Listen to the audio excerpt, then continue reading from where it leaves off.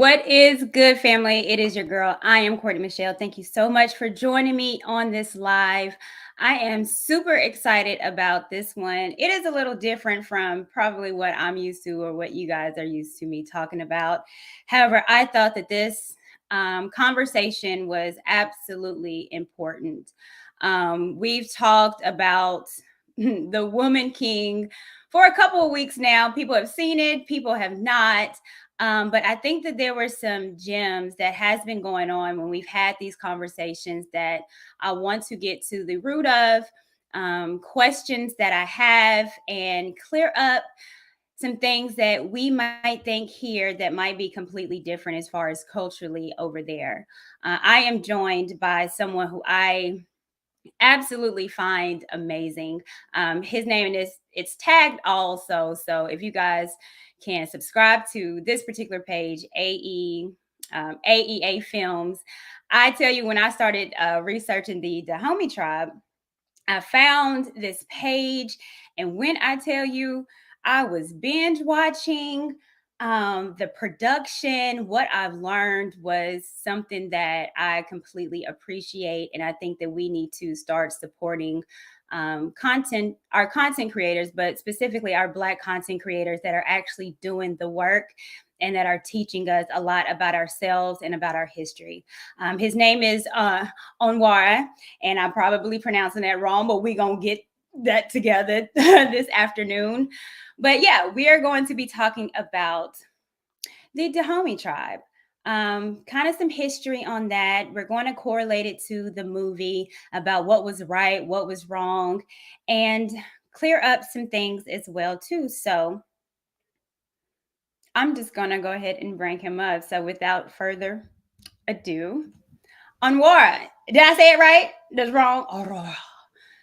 I'll give you a 6 out of 10. 6 out of 10. That's above average. It's above average. It's above average. Thank you.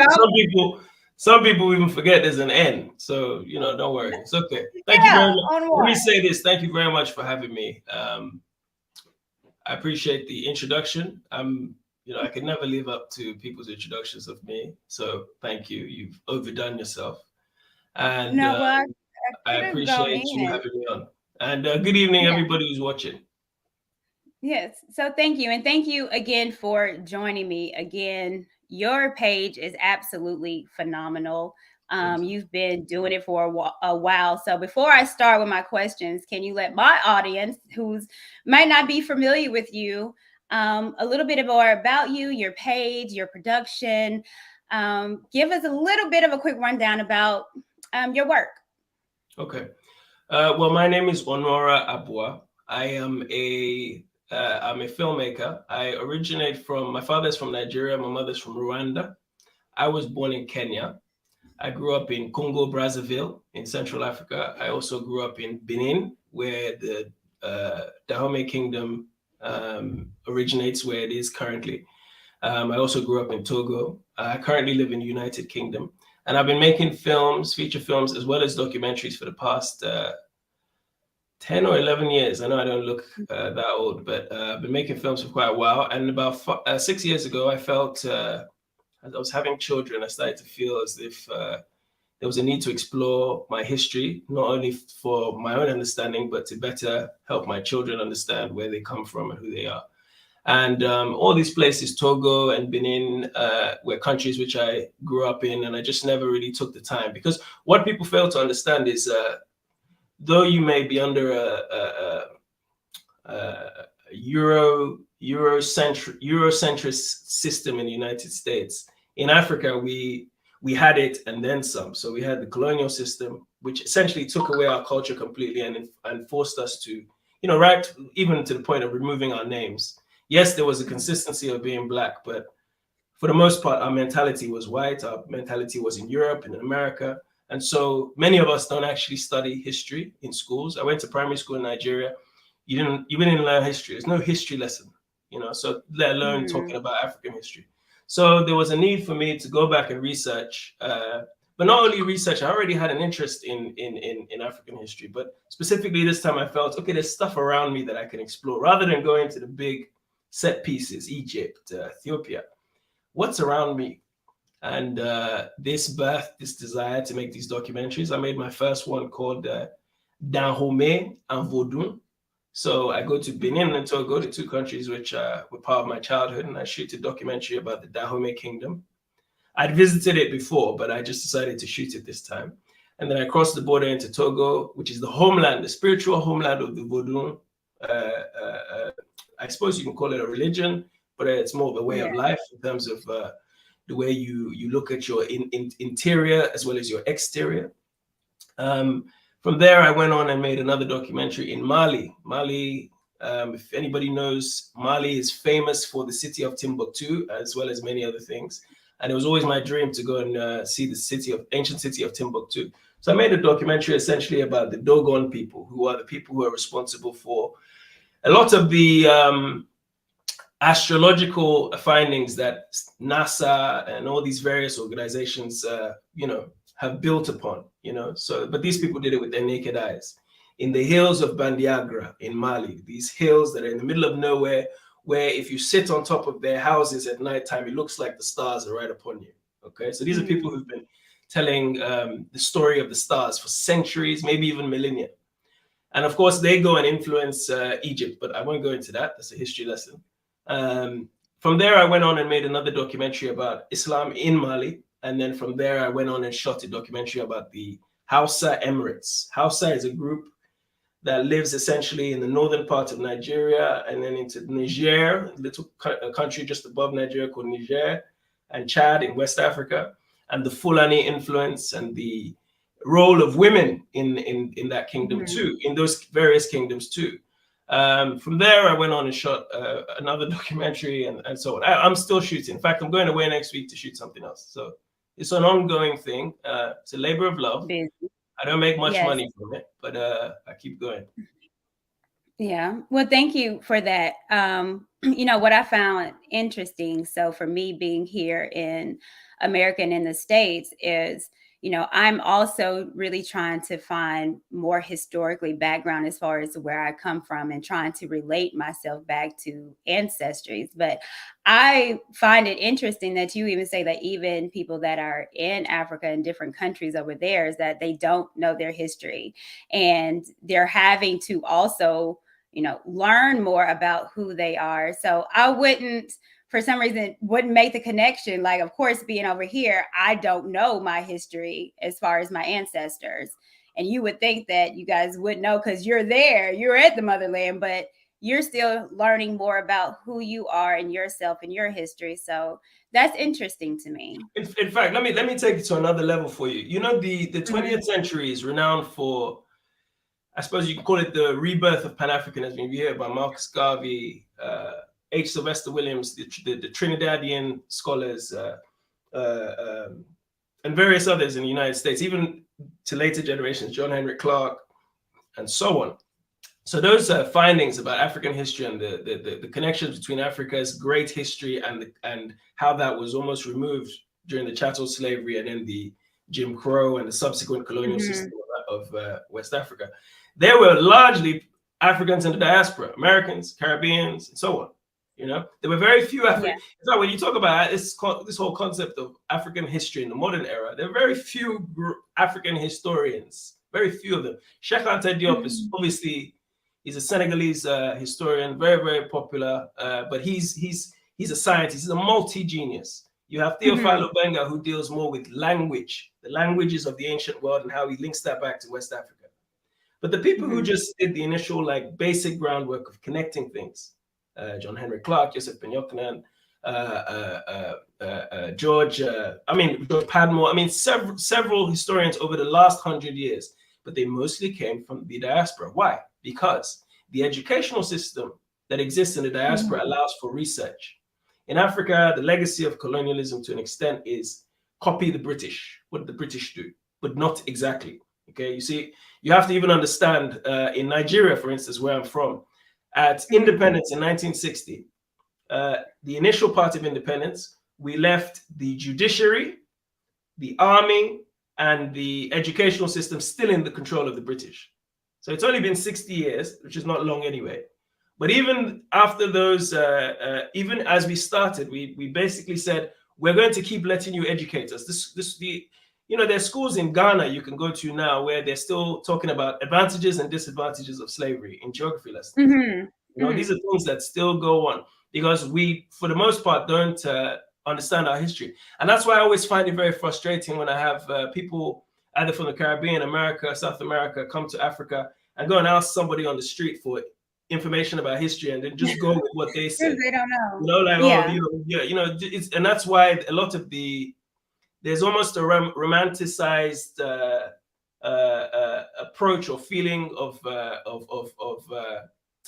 this romantic feeling that we have towards Africans. Africans are backward. I mean, no disrespect.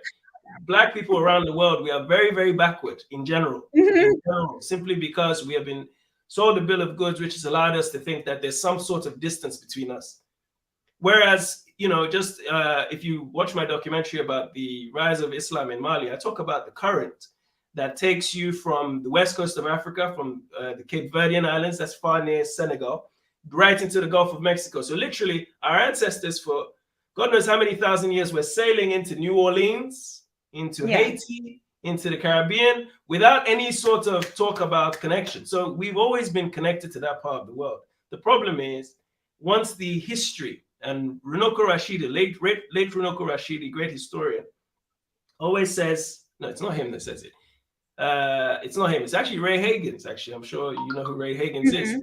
He says, whoever controls the printed page controls the thinking of the age. In other words, he who writes down stuff in the books and his book outlives yours is the person whose history gets told. Winston Churchill, British Prime Minister, said something similar.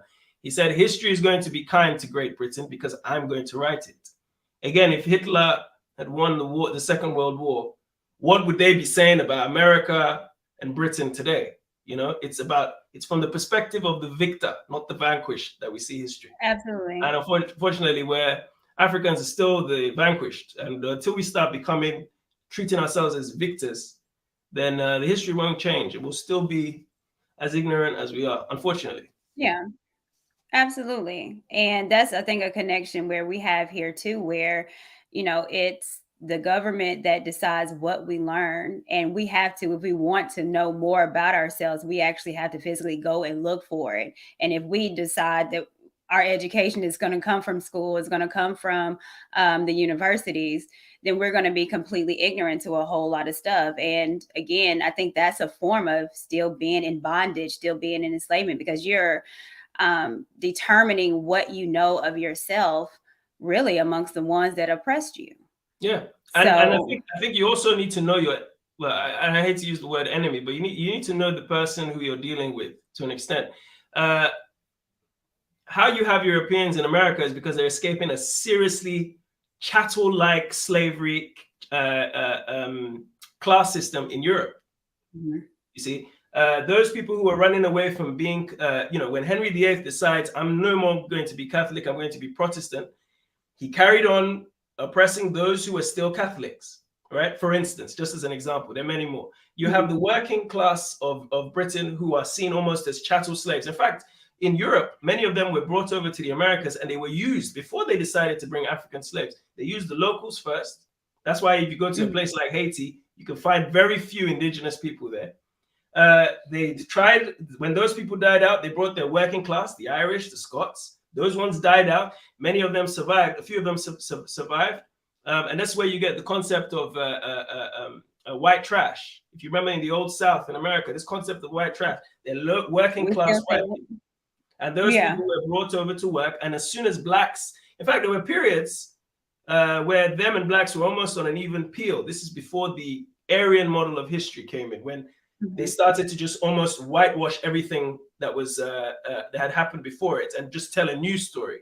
But up to a point, white people and black people on an even keel in many parts. If you look at the ranching slavery system that existed in parts of the Caribbean, Dominican Republic, and so on, they were pretty much on the same level. There wasn't it wasn't sort of plantation slavery in that sense, because people recognized a common oppression. And this is why Martin Luther King goes and talks about the common interest, the common oppression of the working class, whether you're black or white. And that became a threat. It's always been a threat. And so in a way, in Europe, just like in America, they will never allow the masses. It's almost a question of the masses. They will never allow the masses to fully understand what is going on. It's easier to pit one against the other and maintain it yourself. It's just the easiest thing to do. Remember, Right.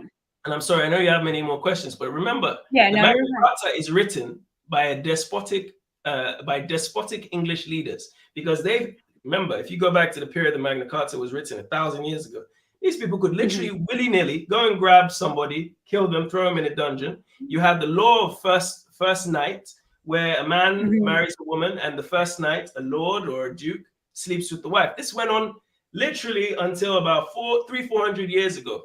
And we're talking about the time when the transatlantic slave trade is going on with Black people. Right. Even as they were doing that, it's not as if they went and found, it's not as if the Navy was well developed. They went, and there's a thing they had called press ganging, where they would go into the streets and grab working class white people, throw them on a boat and tell them, go to Africa and enslave people. You have to understand there are different layers of what is going on. Ultimately, we see it from our perspective as anybody white. But if you understand the greater system is saying that there is a system that is oppressing us collectively. The problem with us as Black people, unfortunately, is that we are right at the bottom of that pecking order. And until we start joining arms like this together, we won't even see the layers of this problem, and we won't be able to leapfrog our neighbors. I look, preaching to the choir, and I consider myself a Pan-Africanist, because I understand that in order for us to start to take our power back, I mean, we all need each other, and that's globally. Yeah. And I think it's been where people know that, and so they want to keep us separated.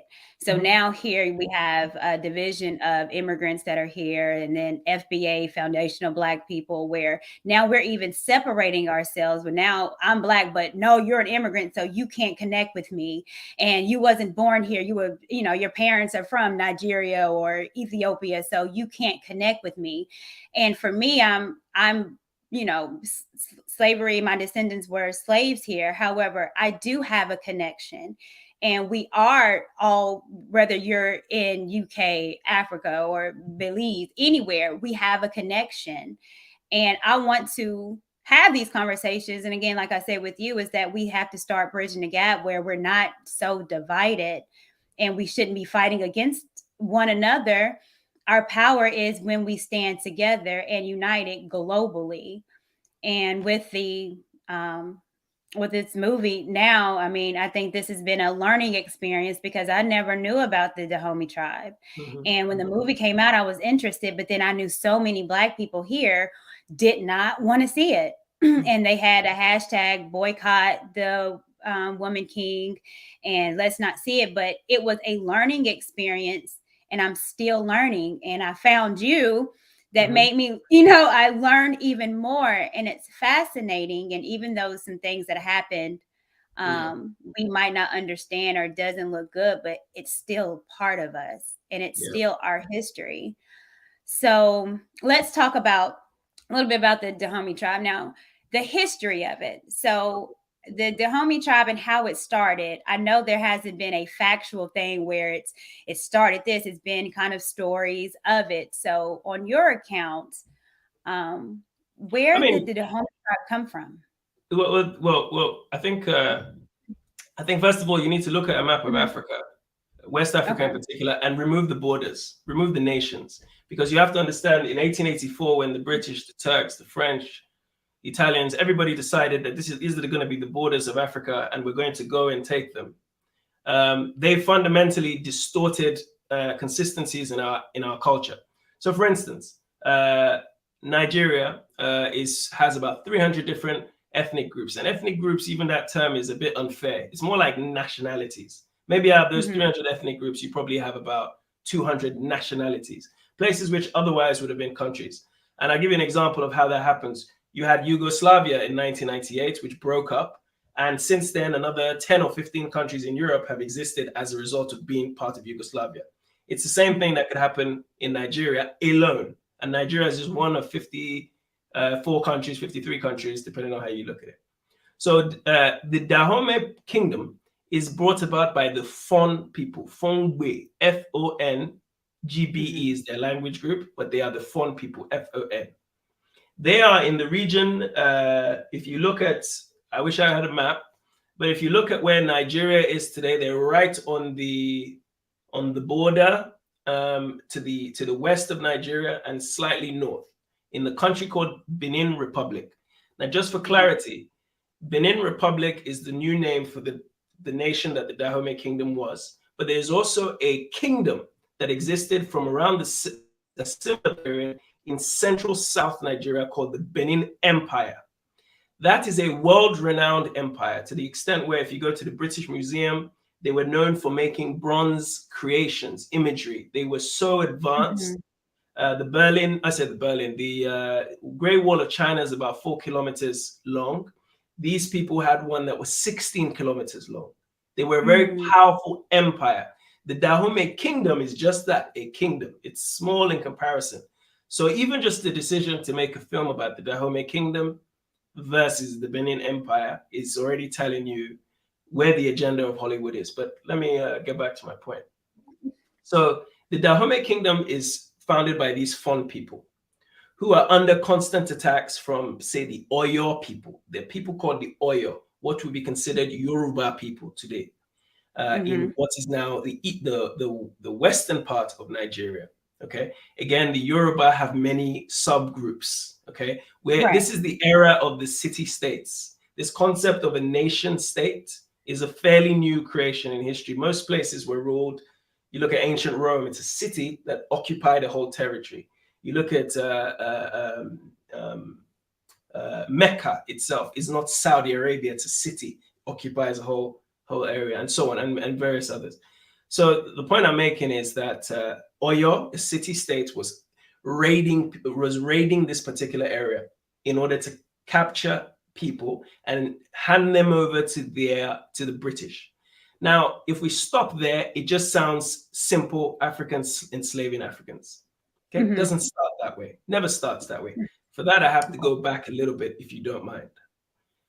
The Portuguese, under a man called Cristobal Colon, who we call Christopher Columbus, which isn't his real name.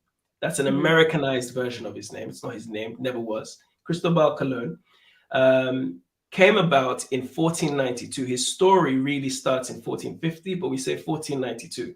Why? Because in 1492, a period of 800 years has just come to an end, where mostly black people of Islamic origin from the western part of Africa, the area of Mali, Mauritania, Senegal, had occupied and colonized southern Europe, so Portugal, Spain, southern parts of France, and even little sections of what is now Germany. They colonized it for a period of nearly 1,000 years. This is what they call the Dark Ages, for the simple reason that these people were called Moors, black people. Those people essentially brought Europe back into its light. At that point, Europe was back. Europe has been backward a few times, and they will keep going back to being backward because that's, something has to be within you for you to maintain certain normalities. You look at black people, regardless of everything that you've gone through, there's still a dose of humanity in the things that we do, in the cultures that we have in Africa, in the Caribbean, in America. There's always some consistency in the things that we think and do. Whereas with Europeans, it's kind of like anything goes. So the Moors in 1492 have just lost their stronghold. They finally lost because the Europeans, the white people, have essentially beaten them back. But the concept of black being inferior, yes, it was there, but it was more seen as you're an oppressor. You are colonizing us. And it's interesting because when you study the Moorish colonization and compare it to the European colonization of Africa 500 years later, 400 years later, I mean, it's chalk and cheese. We were never never dehumanized the European. Otherwise, if they did, they would have brainwashed them in the same way we've been brainwashed. But anyway, so Christopher Columbus in 1492 manages to convince the kings. He marries a Portuguese woman, actually, and is able to go and convince the Portuguese to give him some money to go and sail to the India, is what he said. Now, he also writes in his diaries that as man and boy, I sailed up and down the Guinea coast. What he's basically saying is, as a child, And as a grown man, I used to sail to the west coast of Africa. They used to call it the Guinea Coast. The Guinea Coast consists of the countries where Dahomey is, Senegal, all the way from Dahomey all the way to Senegal, long coastline. And the reason for this is a geological fact. There is a current that takes you round from the area of Portugal into the Guinea Coast. And then there's another current, as I explained to you earlier, that takes you into the Gulf of Mexico. So we're talking about just nature. A sail takes you there, you land, you see, you explore. And so he went there and he was actually learning about sailing. And that's how he even found out that there was a land in the Americas, even though that wasn't where he was aiming for. Keep in mind the consistencies of Africans traveling to this part of the world. Even 100 years earlier, one of the emperors of Mali, the Mali Empire, probably the second to last great empire we had in Africa in the 1300s. There's a man called Musa. They call him Mansa Musa today. They say that if he lived today, he'll be the wealthiest man that's ever lived. Mansa Musa only became the Mansa, which is the emperor. It's the title for the emperor, because his uncle abdicated the throne. He took about 100 ships and sailed to the Americas. And there's evidence, if you read Ivan van Sertima's work, of the influence that they had 100 years before Columbus set sail to the Americas. So Columbus set sail to the Americas, goes there, even finds out that there are Africans there trading in gold that comes from what is now called the Gold Coast or Ghana.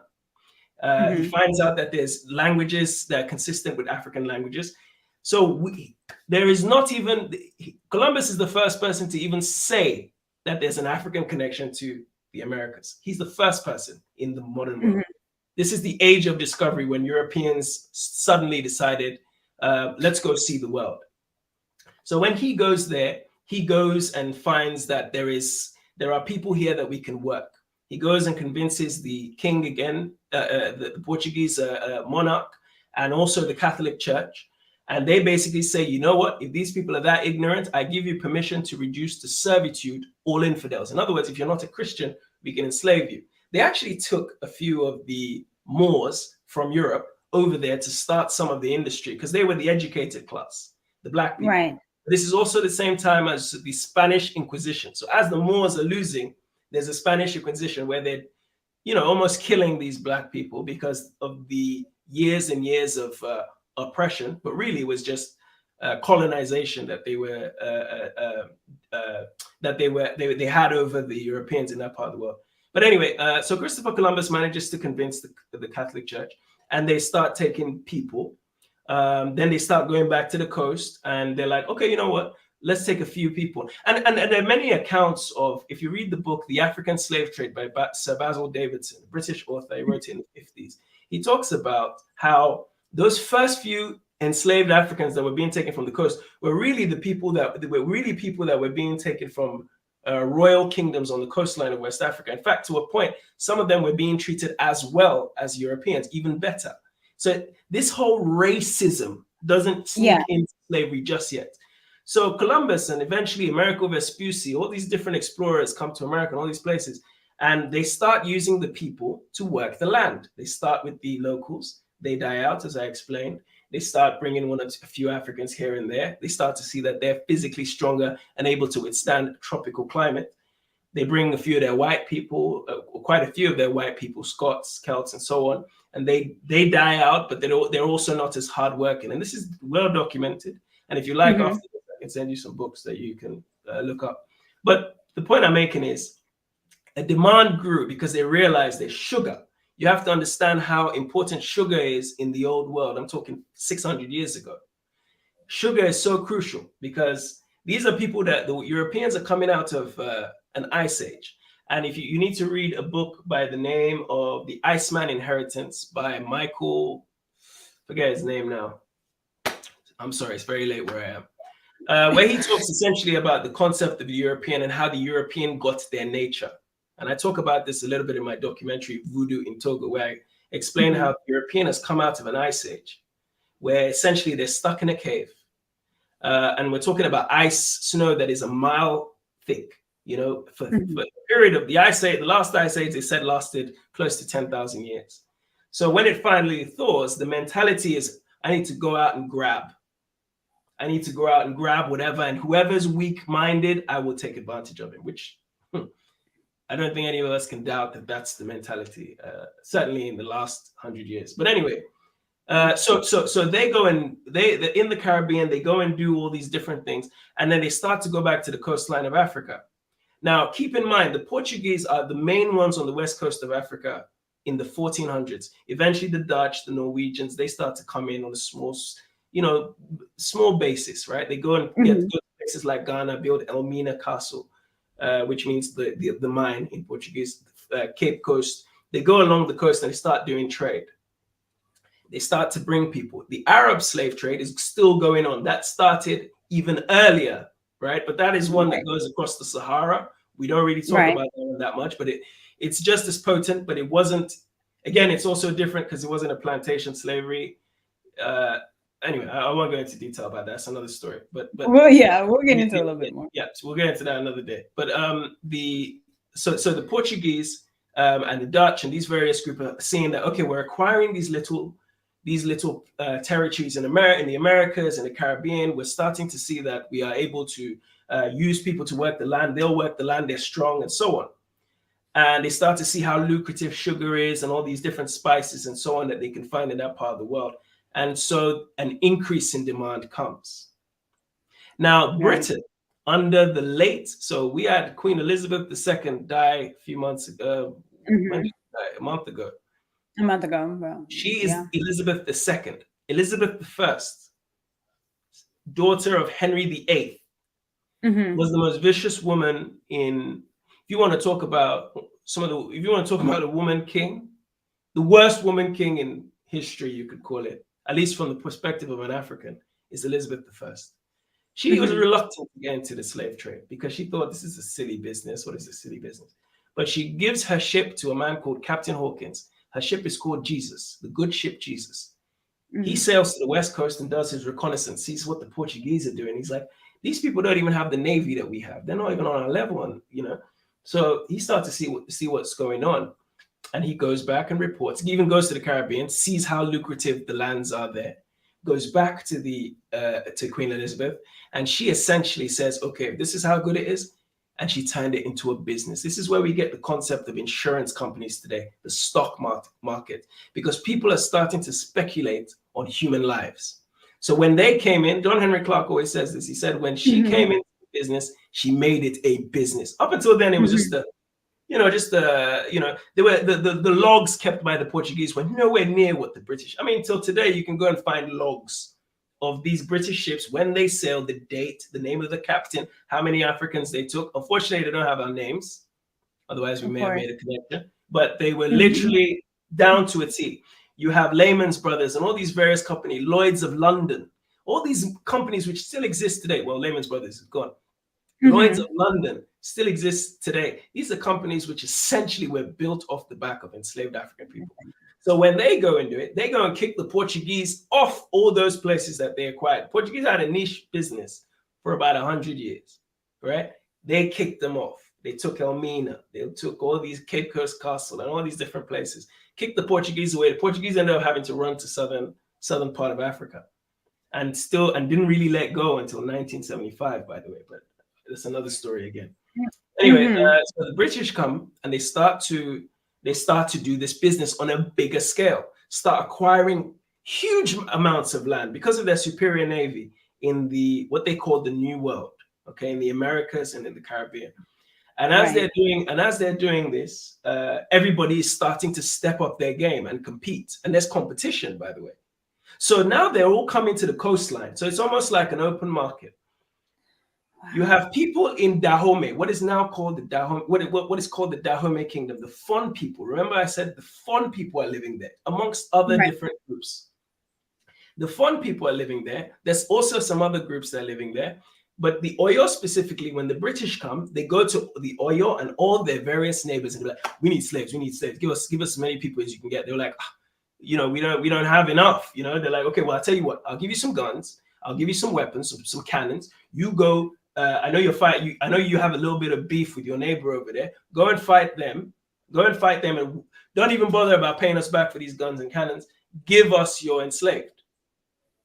So it's a common sense business at first. And this is why, again, if you see the consistency of the period, especially from the 1600s to the 1800s, you can see that in different places, the Ashanti, Dahomey, Port Novo, there are different kings that are like, nah, this doesn't really make sense, until they start to see that their neighbors will happily take them instead, right? And so everybody, it's almost a survival of the fittest. Now, it's not enough to just say that, because of course Africans were involved in the actual selling too. And this is what I always try to emphasize. In the movie, they kept talking about this place called Ouida. Ouida is also the place, if you watch my documentary, The Dahomey Kingdom, right at the end, I go to the town of Ouida. Ouida is right on the coast. It's not a city. It's not a metropolis. It's a town. Just like if you go to the shorelines of, I don't know, shorelines of any country, you cannot take the word of the people on the shorelines as the word of the people who run societies inland. So the people of Ouida, some of them are just small groups, part of a larger kingdom, constantly being controlled by different people, but they're just people on the peripheries of society. Ivan Van Sertima talks about the people on the periphery of society. Those on the periphery of society, you can never use them as a basis to explain those in the hinterland. It's like, I always use the example, if you watch all those old movies of when these sailors would come to these random islands, and you have the people on the island jump in their canoes and sail to go and say, hi, how are you? Who are you? You know, and go and learn their language and try and be like them. That is no indication of the people inland. And certainly when you look, this is why travel is so important. It's so important because it's one thing to just say something. It's another thing to go and see how this makes sense. You cannot say the people on the periphery are part of the inland kingdoms.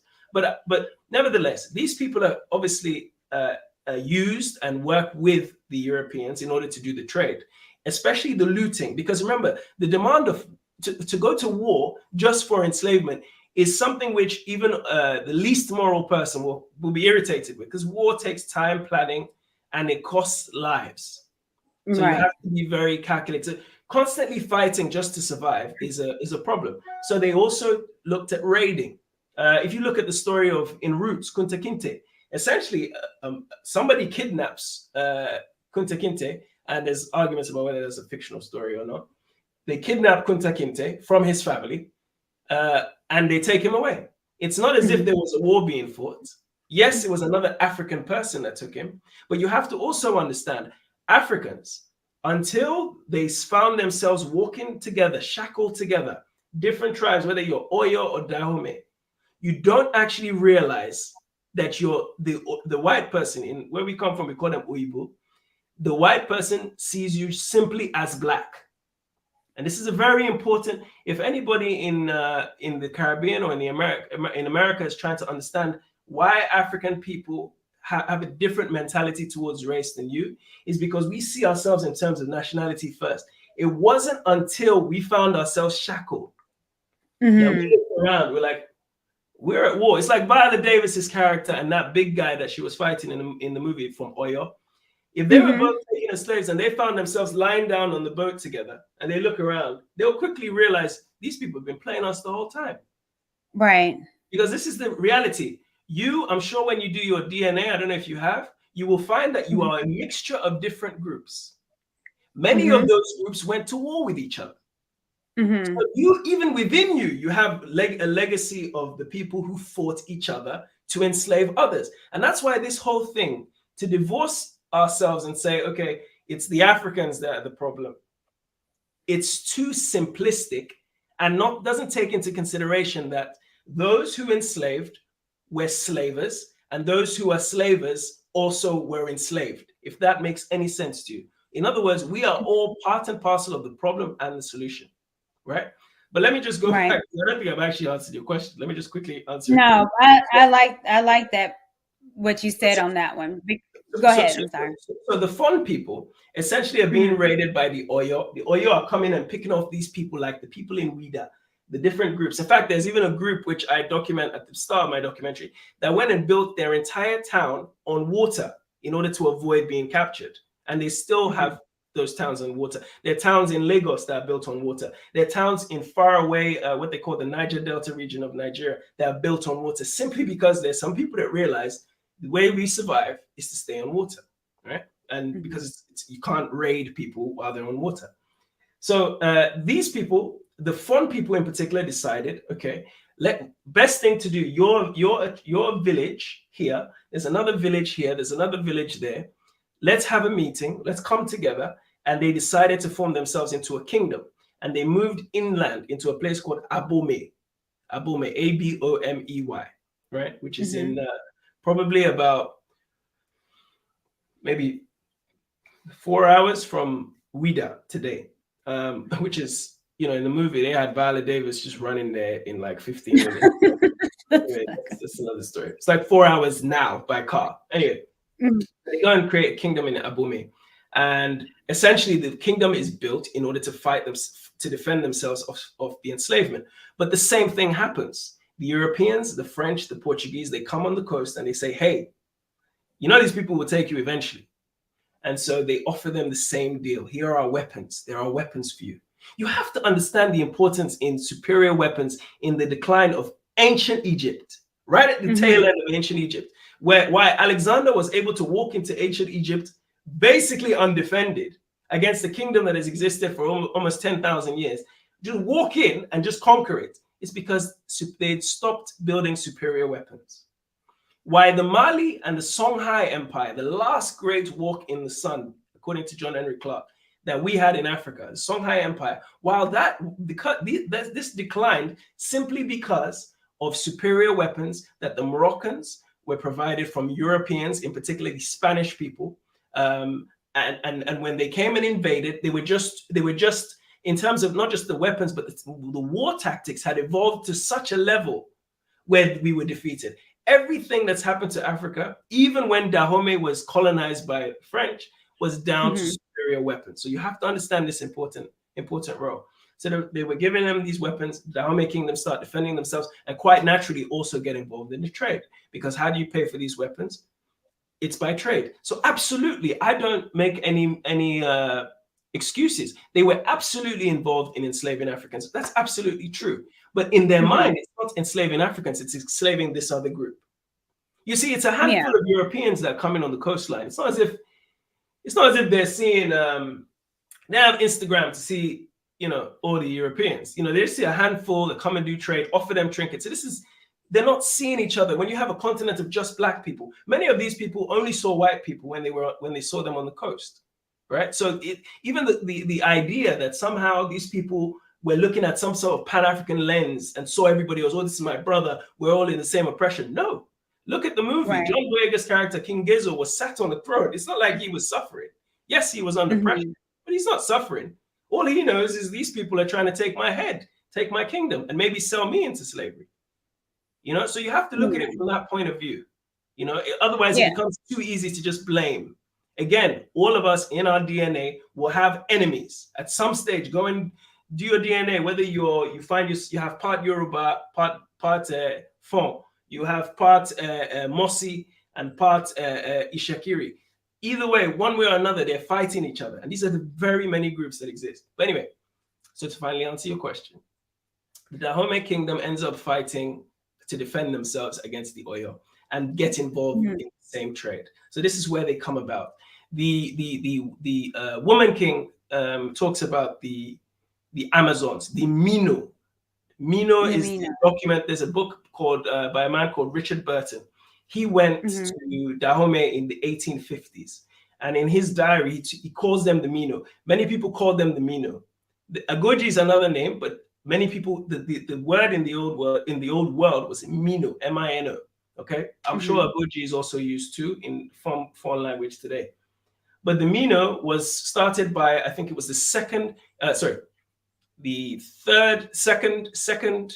it was started by the wife of the second generation of kings, which I also explained in the documentary as well. She's the one who founded this regiment. Now, also, just so you understand, this concept of having a woman personal guard is consistent with the Oyo also had it. The Egba also had it. Egba is the Yoruba group that's next to Oyo in what is now called if you know Nigeria, there's a place called Abeokuta, Ogun State. Anyway, next to Oyo. The Ashanti had a section of it. So this idea of a woman personal guard was there. And in the Woman King, that is essentially what they were. They were the personal guard. They were the last line of defense. And there were quite a few of them. And as they grew in popularity, they grew. But it was still largely a male army. It wasn't dominated by women. And that's another part in the film where I was just unsure why they made it seem like it was largely women that fought in the army. The women were a certain section. In fact, if you read Richard Burton's book, and he came to Dahomey when Gezo, John Boyega's character's son, was in power. And even then, I think the numbers he looked at, it was something like 2,500 were women and 14,500 were men. You know, but we could talk about that. That was one of the questions that I had for you, was the women that was part of the women warriors there. Like, of course, in the movie, we just see that it looks like they were the dominant of the warriors, but historically they weren't. I think 1/3 of the Dahomey tribe, as far as the warriors, was just the women. But of course, in the movie, it focused just on the women. How did the women become warriors? Like, where did they come from? Were they the wives, or was it like in the movie? In fact,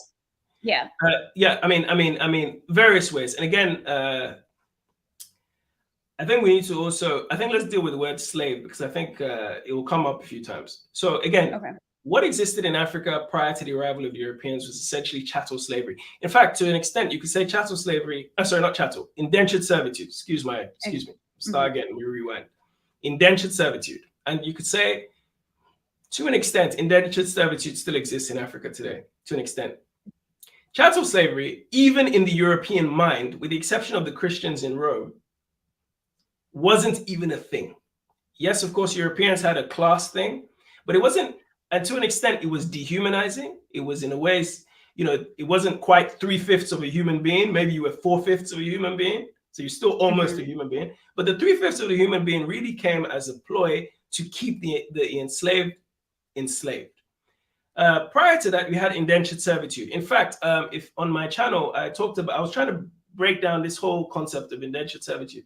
And I looked at 2 accounts, but the most important account was the life of Gustavus Vasa, who was an enslaved African person in the 1700s. He was born in the early 1700s, died in the late 1700s. So we're talking about peak time.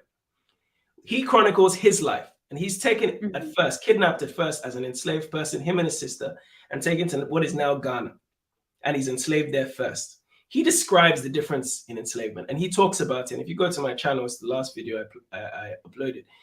He talks about how essentially we are treated the same as the people there. We're allowed to marry into the family. And this is consistent, not just in Africa, this is consistent all over the world. You look at people like Malik Ambar, an enslaved African person who was taken to India, rose up the ranks. Even in the Arab slave trade, so-called Arab slave trade, yes, a lot of them were taken over. A lot of the women either became concubines of the emirs or the sultans. Some were wives of the sultans. And that's why if you look at the Kuwaiti royal family, for instance, you can see clearly, if you put them in the middle of New York, they could pass for black people. You put them in Mexico, in South America, they could pass for black people, because this is a continuous lineage. But certainly there were also those who were made eunuchs. They castrated the men, but they put them to fight in the army. Right. So I mean, it's again slavery at every level. Once you take someone's freedom, it's bad. So let's not try and. I'm not trying to wash it away. I'm just simply trying to say it's a different form of enslavement. So Olaudah Equiano, or Gustavus Vasa, his original name was Olaudah Equiano. When he talks about what happens with him and his sister in Ghana, he's explaining that, look, we were treated pretty good. And then he explains what happens to him when he arrives in the Caribbean. And it's night and day. Okay. So indentured servitude is something which was in our culture, without question, just like every other culture. The problem is once you throw one word to describe that and chattel slavery, and you say both of them are just slavery. And that's the idea of slavery. That's where the biggest confusion. Exactly. And so it's another problem which I have, because you'll see Henry Louis Gates did a PBS documentary in the 1990s where he went to Dahomey. And it's actually one of the biggest catalysts for me going to make this documentary, by the way, because in it, he goes and speaks to a tour guide. And if you know anything about tour guides, anywhere you go, they regurgitate a script.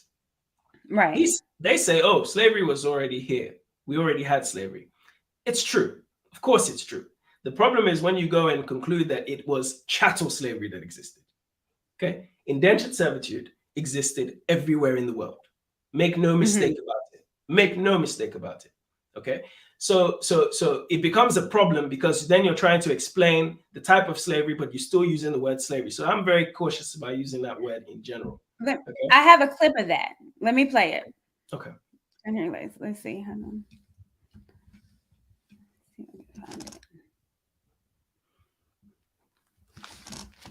Well, if it goes. Came from the Bight of Benin, from this very region. And the slave trade here was run by the kings of Dahomey, run far longer than any other aspect of the slave trade, all the way to 1885. So they knew what they were doing. So for me to go to the court of the king of Dahomey, as nice as the people are here, and as much as I enjoyed it, was, for the descendant of one of those slaves, an unsettling experience.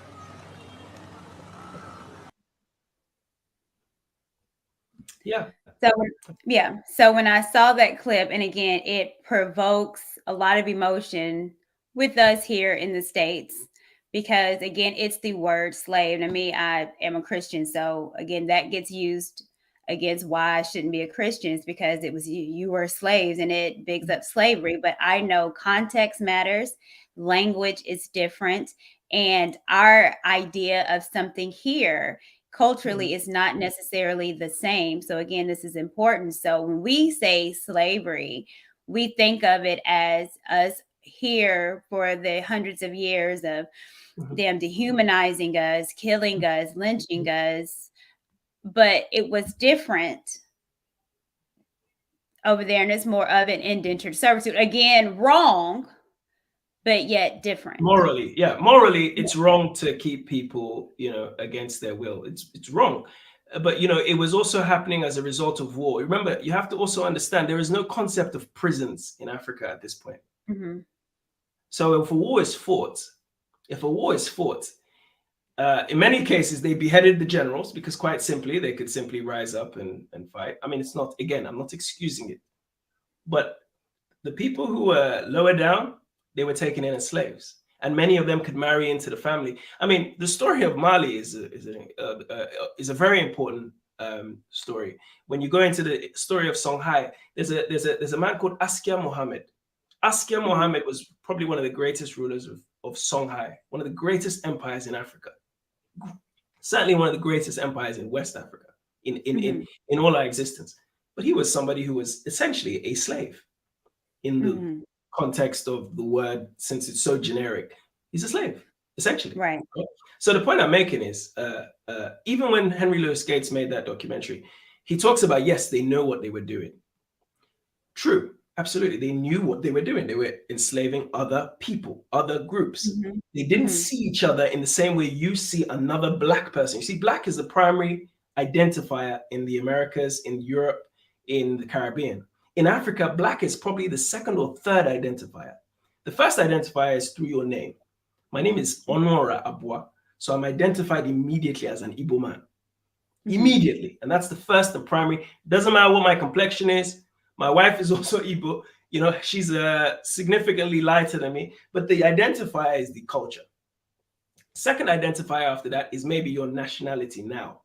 Are you Nigerian or Ghana? You hear the debate about Nigeria and Ghana jollof, right? Like this is then it's Black, because on the continent, you're talking about a continent, especially when you talk about West Africa, where it's 100%, maybe 99% Black, and has been since the beginning of time. So this isn't something that immediately affects us, even with the colonial period.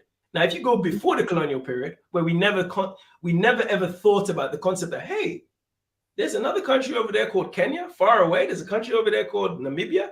We never, these things, we're not making those connections because we simply are not aware of what's going on far, far, far beyond our borders. You have to understand how big Africa is. Africa is it's not the size of the United States. And if anything, you can fit 2 or 3, maybe even 4 United States in Africa. That's how big it is. West Africa alone is probably the size of about 2 or 3, is probably the size of 2 United States. And you think about how big that country is. And that's West Africa, the region of West Africa. You have to understand how big the place is. So, and this is at a time where people are not making the connections. We're not making the connections to other parts of the world. So when Henry Louis Gates said they knew what they were doing, yes, they knew that they were enslaving other people. They just so happened to be the same skin complexion because they were all the same. They have the same people from the same land, same piece of land. Mm-hmm. But I think it's a bit naive of him to assume that they put these people on boats, for Henry Louis Gates to assume that these Africans were aware that as soon as they got to the other side, their humanity was stripped away from them in the way that it was.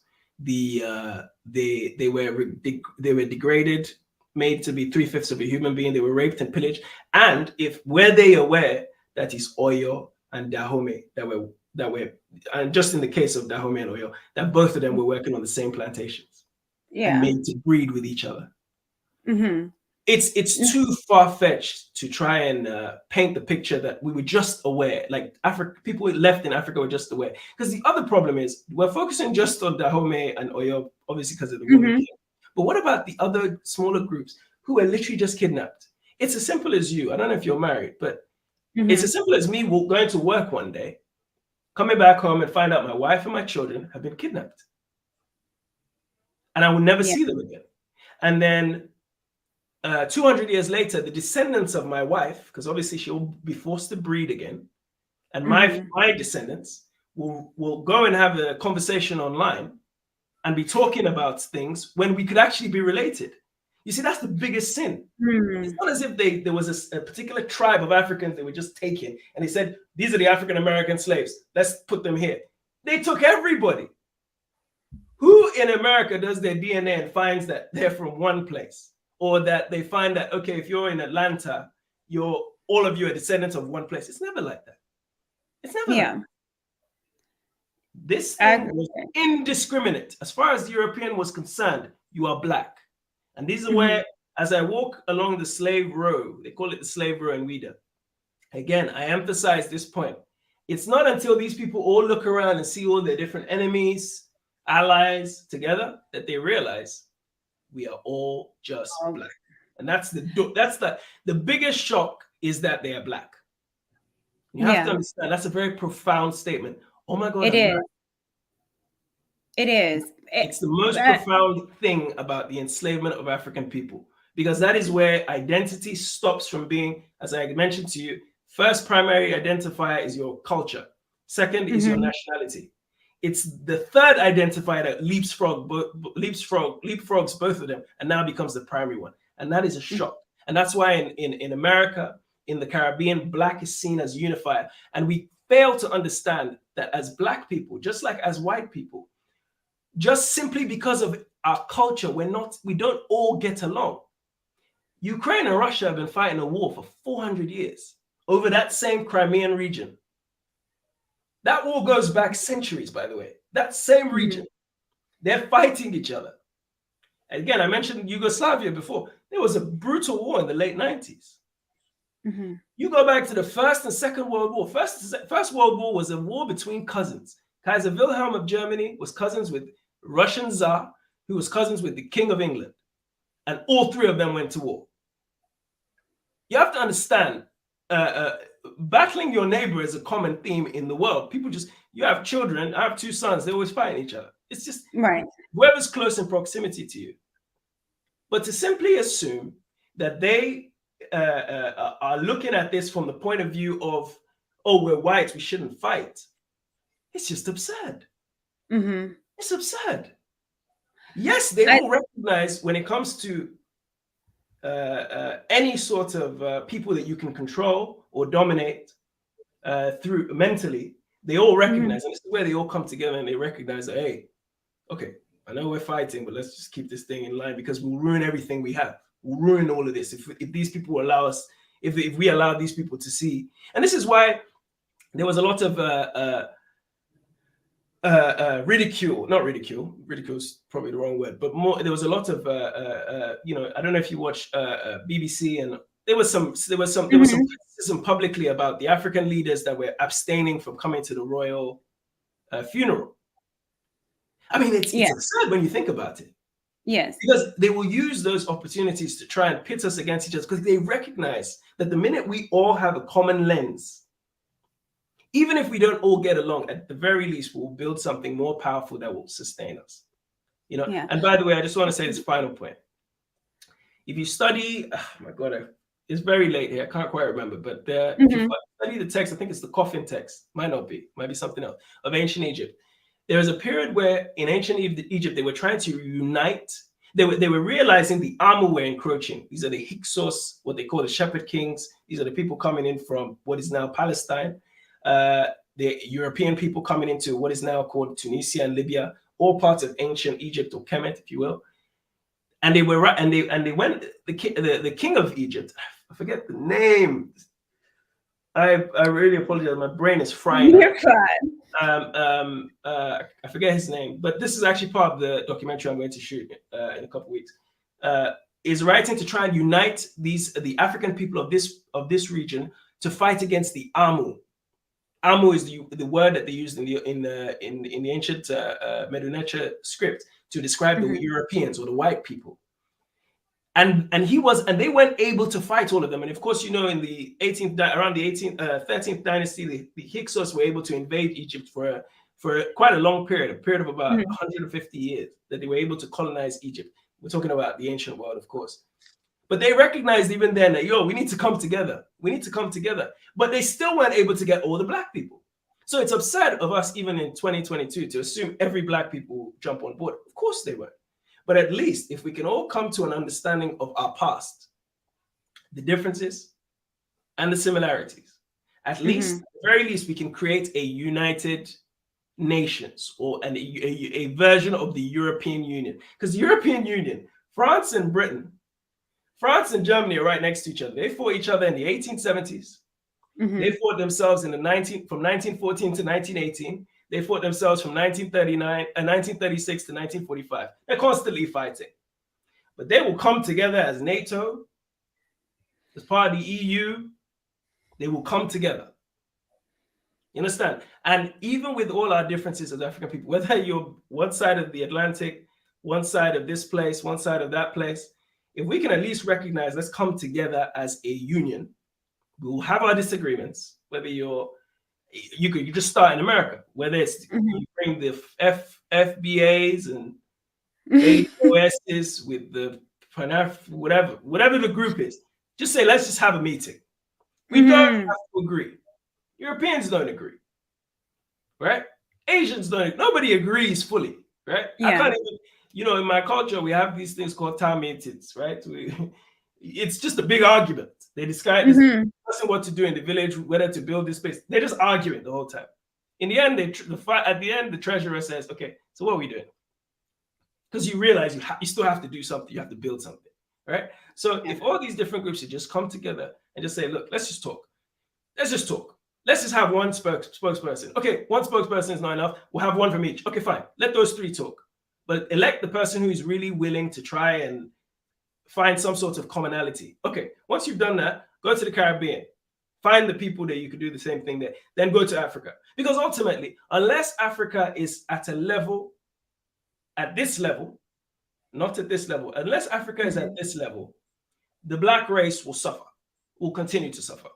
So home is ultimately where we're going to be liberated. You see, at every stage of the last few hundred years, and I'm going to stop because I know I've been waffling.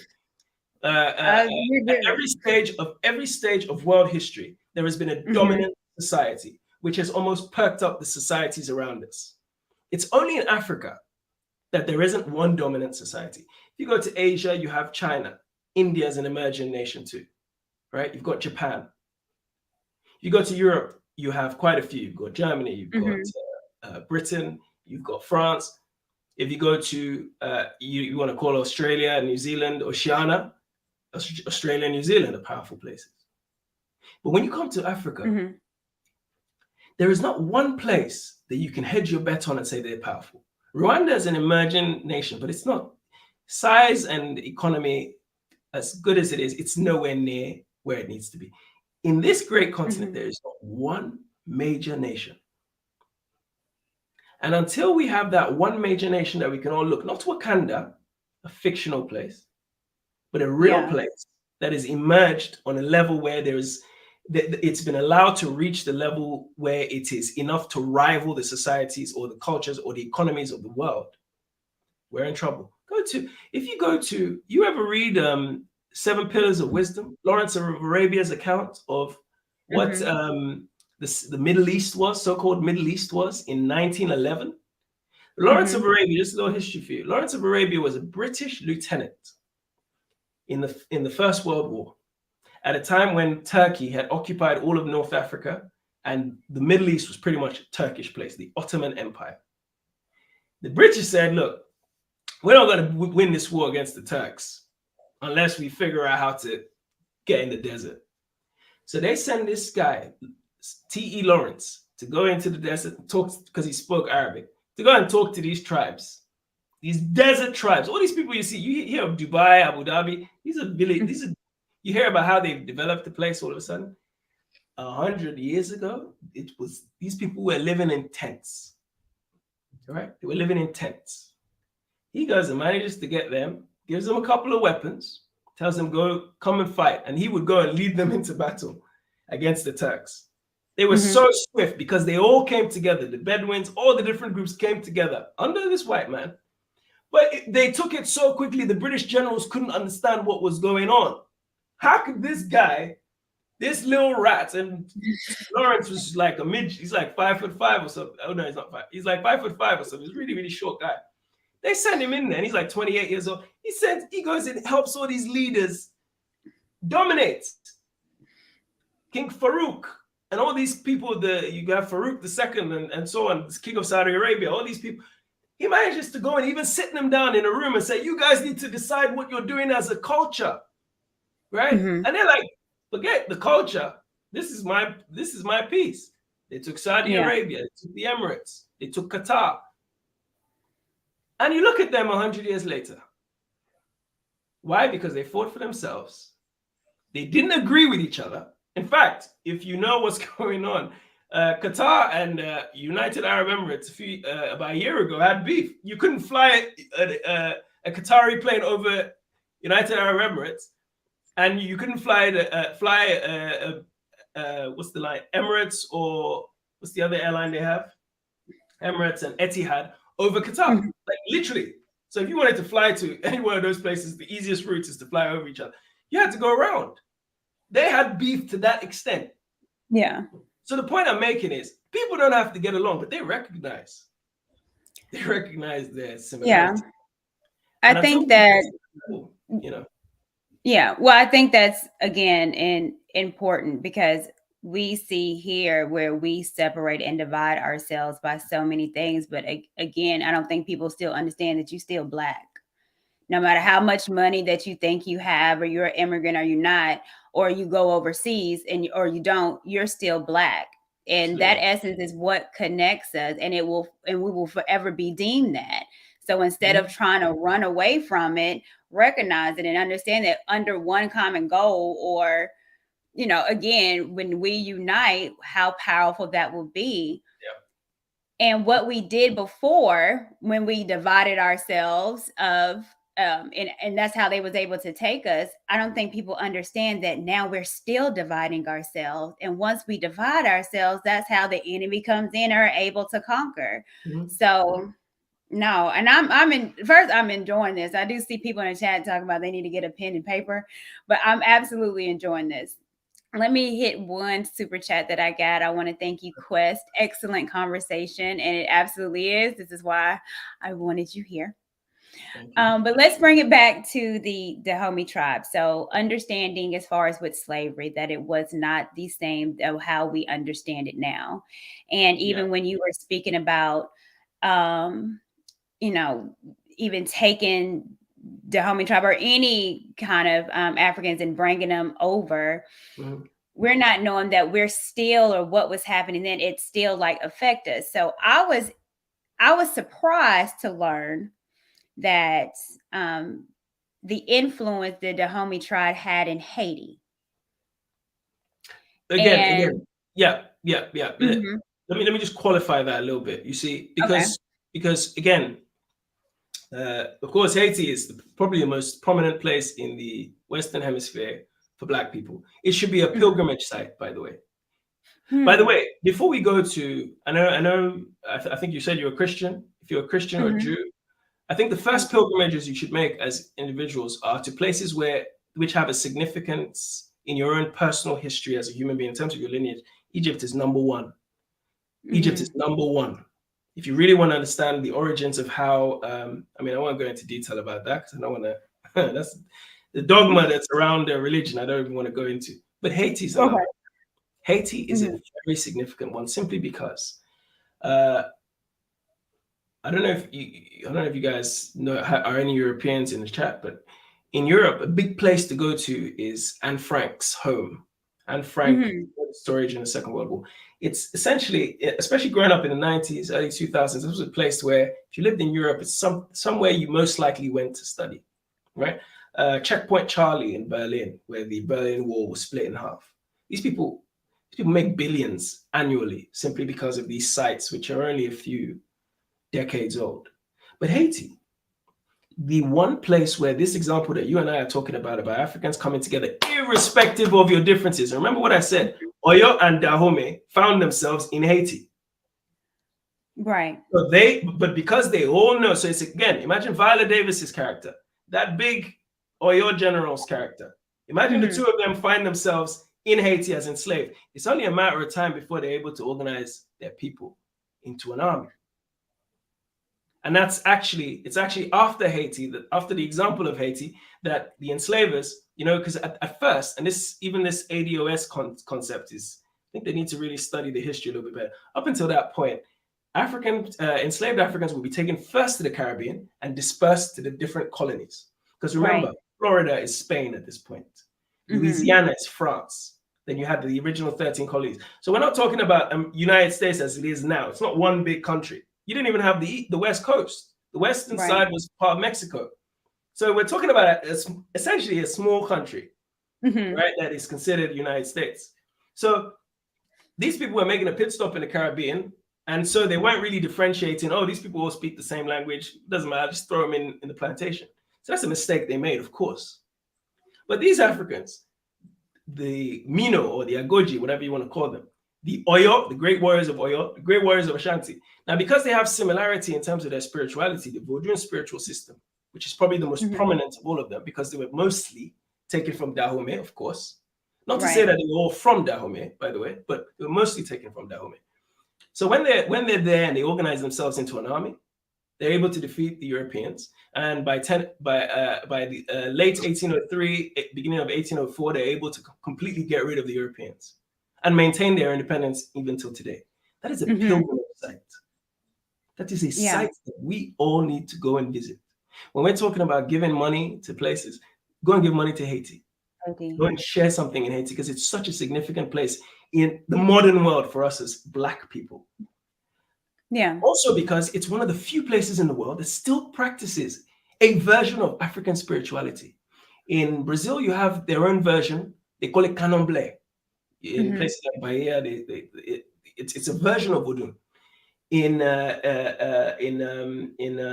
Cuba, there are sections that study that practice Santeria. They call it Santeria. These are all adopted names, but it's the same African spirituality. Where in Africa do you go to where you truly practice African spirituality? Where in the United States of America, where in the rest of the world do you find African spirituality? Now, I understand it's a slightly corrupted version. In Haiti, it's slightly mixed with a bit of Catholicism and so on.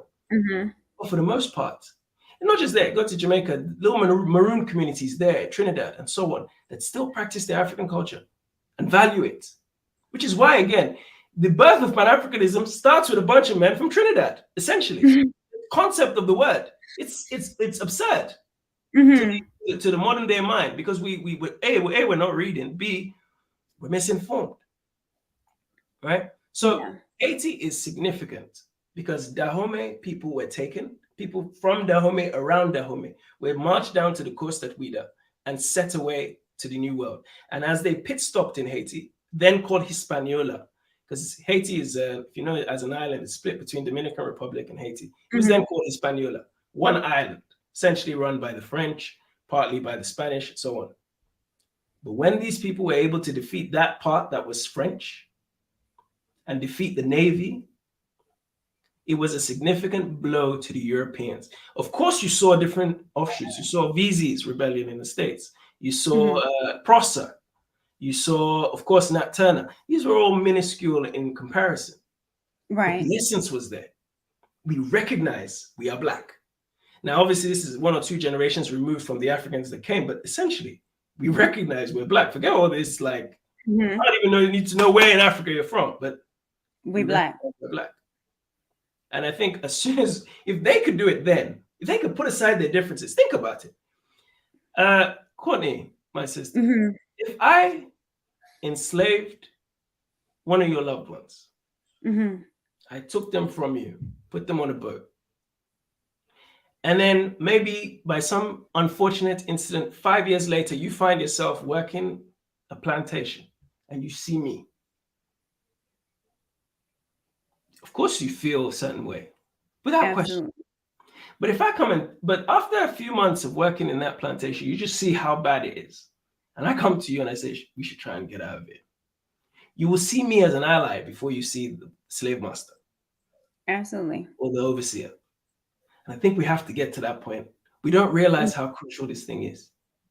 We're still thinking we have freedom. You know, we can do whatever I want. Until you have a nation that you can call your own.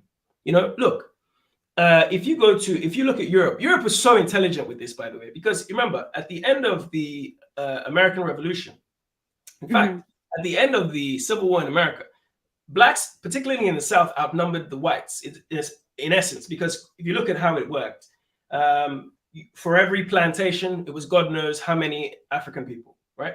If you look at ratio-wise, let's just say 10 for the sake of argument, right? Now, not everybody was a plantation owner, but people worked on the plantation. And to an extent, with the mixture of mulattoes, there were quite a few. And that's why if you look at the period of Reconstruction, how many African people were elected to political office and so on.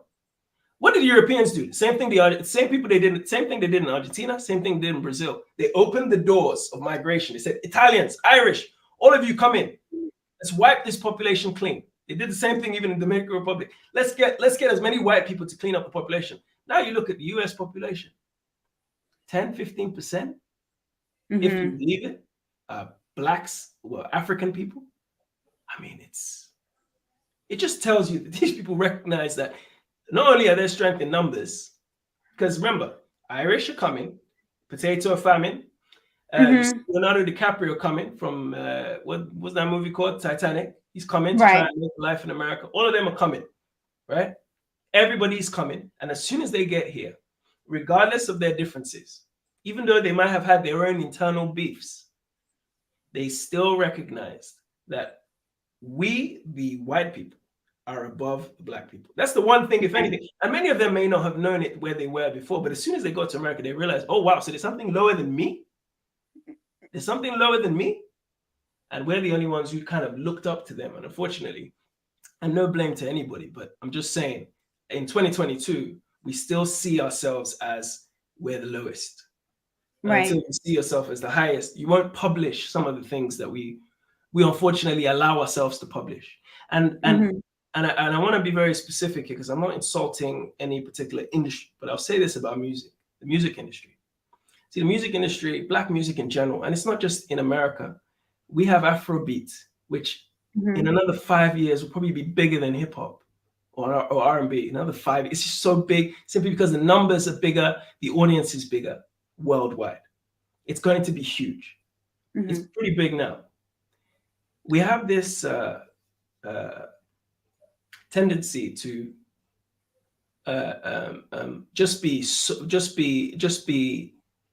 we have this tendency to want to show ourselves and our freedom in a way that isn't complementary to the rest of us, right?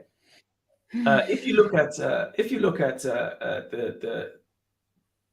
Afrobeat music, for instance, it takes essentially African traditional music and puts on hip hop lyrics, when I say hip hop lyrics, it's not an insult to hip hop music, but it's Mhm. putting music. It's not promoting our culture in the same way.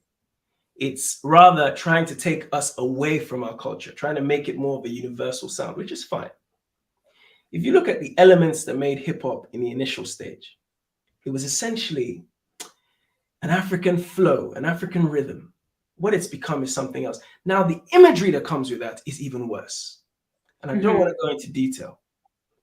The imagery that comes with it is even worse. And this is where I said something in a video the other day, which is, I remember how I said we had WIDA, the people on WIDA, the people on the periphery of society.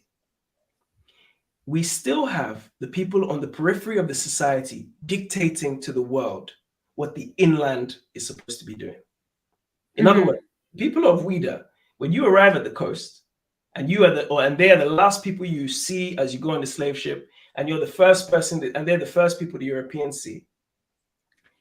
To many people, because remember, the Europeans are not venturing inland that much. They're on the coast, on the beach. These people are what their representation of Africa is, for the most part. In the same way that today, when we go and look at, we don't have MTV anymore, but we go and see our music videos or whatever, the people that we are seeing that represent the culture are the Widans, the people of WIDA.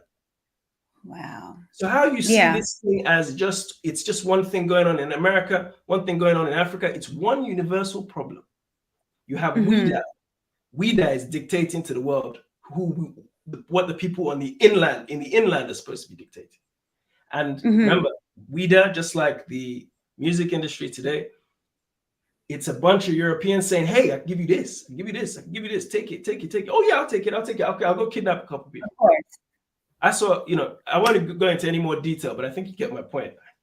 Yeah, I do. And then that image is what is dictating how they see us amongst the world. Absolutely. And when I tell you I have been saying this, people be calling me crazy, but I've said this before, is that we have to take back our image. And we have to start, like you are doing phenomenally, is is producing what the world needs to see of us, and the strength and different cultures of us, but still how it also relates to us. Because regardless of where you're from, you still have some in me that's still part of your DNA, and that needs to be represented. And we can't rely on everybody else or the people that's doing it on the coast to represent what the majority of us are doing. And you're absolutely right, man. I've been saying this, and I'm just so happy you're here. Okay. Well, let me get back, because talking about of course we call it voodoo in Africa, voodoo, and the impact of the Dahomey tribe as far as with and seeing it in Haiti. Something that I thought was interesting as well too is when we talk about the revolution that happened, which we spoke about. Did they learn how to fight from the Dahomey tribe? Yeah, was that some? Yeah, I mean, again, warriors are being taken. Now, keep in mind, the Dahomey Kingdom, if you remember what I explained, the Dahomey Kingdom essentially comes about as a form of self-defense. People might not like that, but that's the reality. They come about as a form of self-defense.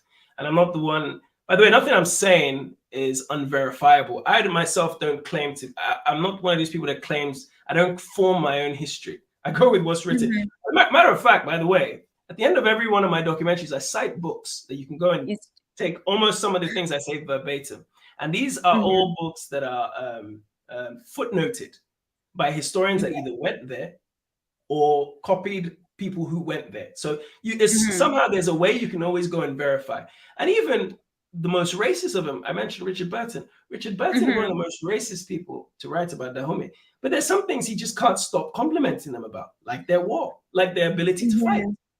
So as you are taking them, and even at the time of Gezo, who's the fourth, I believe is the fourth generation of kings, if not the fifth, fourth or fifth. His son is when Richard Burton is coming to Dahomey. So in the 1850s, the film takes place in 1824. This is in the 1850s. So 30 years later, less than 30 years later, he comes there. And he's talking about how equip these people out. But at this point, Africa's population in general, but specifically Dahomey's population, is shrinking because they are capturing Minos. Who's going to war? If you're watching the movie is accurate in some ways. I won't lie. There are certain things about the movie that are accurate. For instance, again, you have to go and see Abome for yourself. The palace. I went to the royal court of the palace and everything. I've been there a few times. It's built that way. Its walls, at least for the time, were impregnable, and certainly they were. It's not just that; they also built an infrastructure around them. There's a place I went to in the documentary about midway through where I showed you the innovation that these people had to fight battles, guerrilla warfare. They built they built tunnels and whole areas to live in underwater with irrigation, with water, with storage facilities underground. This is all in my documentary, by the way. Yeah, I saw you went down there, and I saw. I saw that. I actually went down. So it's not absurd in an island like Haiti, when you finally make the first rebellion, that these people who are captured as enslaved people, who are warriors by nature. And I say by nature because that's what they were bred to do. In the case of the Mino or the Agoji, what happened was that they certainly by the time of Glele, who's the son of Gezo, John Boyega's character, excuse me, they encouraged all men to bring their daughters, and the prettiest ones would go and be either married off to the king or to the people in his court, and let's just say the least desirable ones became warriors, but they were still seen as the king's wives, his virgins, essentially, right? So these are people who were bred to fight. So how they can take those things when they're taken on the ships and they find themselves in America and they find themselves in a small rebellion, even just a minor rebellion, one plantation, it's easy for them to find a way to maneuver. And this is why travel isn't, I can't stress this enough. You're an ignorant human being if you're sat somewhere else dictating how things are around the world. You're an ignorant human being. I have no time and respect, and this is why, unfortunately, I don't engage in debates. I don't do back and forth with comments. If you go on my channel, I don't respond to comments in that way. I don't have this. Unless you've gone and you can show me evidence that you've gone, then I can at least start to have a conversation with you. Because the reality is, when you go and see the landscape of Abome today, this is the heartland of the Dahomey Kingdom. To get there, and you see a little bit of it in my documentary, there's so much woodland. Yeah. There's so much wood. An army coming from somewhere else will find it impossible, unless you know the route, will find it very difficult to attack. And it's funny because Gezo, the king, John Boyega's character, eventually invaded the Oyo and defeated them and controlled Ouida. It didn't happen in the same way they did in the movie, but it did happen. He was able to do it because he was able to capitalize off Oyo also fighting another battle with the Egba people right next to them. You see, everybody is fighting everybody. You know, it wasn't about anything but the fact that they were all under pressure. But go back to the question. Excuse me. The end of the documentary. Oh, sorry, the middle of the documentary. I show that these people were learned to fight underground, and so when they went to Haiti, these are transferable skills. Once a warrior, always a warrior. And even that term, warrior, is almost, it diminishes the fact that these are soldiers. Have you ever seen a soldier? I don't know if your parents are in the army or you've been in the army. There's a mentality that soldiers have even when they are retired. There's a certain way they go about things. There's a way they go about things. To assume that these people simply became enslaved and came to Haiti and suddenly didn't know how to pick up a sword or make a spear with a stick, it's just ignorant. The weapons that they used, that they were able to capture from the French and the Spanish, they had been using older versions of muskets back home, so they know how to do it. They know how to operate cannons, but also they recognized the blackness and they were sacrificing themselves. Baina Bello, great Haitian historian, she always talks about how some of the women would put their newborn babies in the cannons to block them from, because it's a form of self-defense. I don't know how true that is. I haven't read any accounts, but she was saying that's one of the things she would say, that they believed so much in their cause for blackness that they realized that it's our unity or our death. There was a great president in Burkina Faso, a country in West Africa, called Thomas Sankara. His chant was always our unity or our death. He's a man who was he got rid of the French colonial system in the 1980s. Quite naturally, within 3 or 4 years, the French had him killed. How did they kill him? They used his best friend, his number 2, to kill him. And his best friend became president for another 30 years until the people got rid of him. So the point is that the people who always recognize this in the modern world, there seems sort of advanced. Look at Malcolm X. What was he trying to do at the tail end of his life? He renamed his organization of Afro-American Unity to show the consistency between the Organization of African Union, which is now of African Unity, now the African Union. He recognized this is a man who traveled across the continent, in particular West Africa, to go and see what his brothers are doing and see if there's a way he can bring that back to America and maybe even make a link. Whereas, with all due respect, the Nation of Islam was trying to carve out a part of America for themselves. I mean, you see what I mean? I do. I do, because I think that is important. I think these connections are important. I think the goal for me is for us to see each other as brother and sister globally, because globally they see us as the same. And we separate ourselves now, I think, especially in the States, and I'm sure in the UK, where, we get a amount of money and we're able to integrate and be like them and separate ourselves. But then push come to shove, they will tell you still just another nigga. So I totally agree. So let me ask this as well, because I did see that there was a statue that has been erected of a woman warrior. And this is in Benin right now. So tell me a little bit more about this and the connection of Benin right now with the Dahomey tribe. Is there a sense of pride that is still with the Dahomey tribe? Like, how is that connection now from the Dahomey tribe then and Benin now? My sister, let me say this to you. I think sometimes we underestimate. I mean, the problem, what is going on in Africa at the moment is in Nigeria, there's this nickname we have called stomach infrastructure. In other words, people are trying to eat. People don't have time to think about, even last year is too far in the past for them. We don't know our past. We're not that concerned with our past. And I'm being general here. Of course, there's certain sections. The Bayefal people of Senegal, for example, these are the men with locks, an Islamic sect. Certainly, they're proud of their culture. There are various different groups that are proud of their culture. But for the most part, they don't know their history.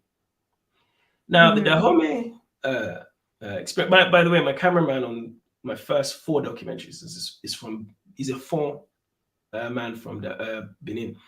Now, up until the time that the French left, the French eventually colonized, defeated the Dahomey kingdom, disbanded it, and so on, exiled their king, a man called Behanzin, which, by the way, they made a movie of in 1994, the last king of Dahomey, a man called Behanzin, Behanzin, is I went and saw his descendants. I went to his old court. But anyway, he was the final king. He was exiled, just like many African kings were exiled when the colonial period started.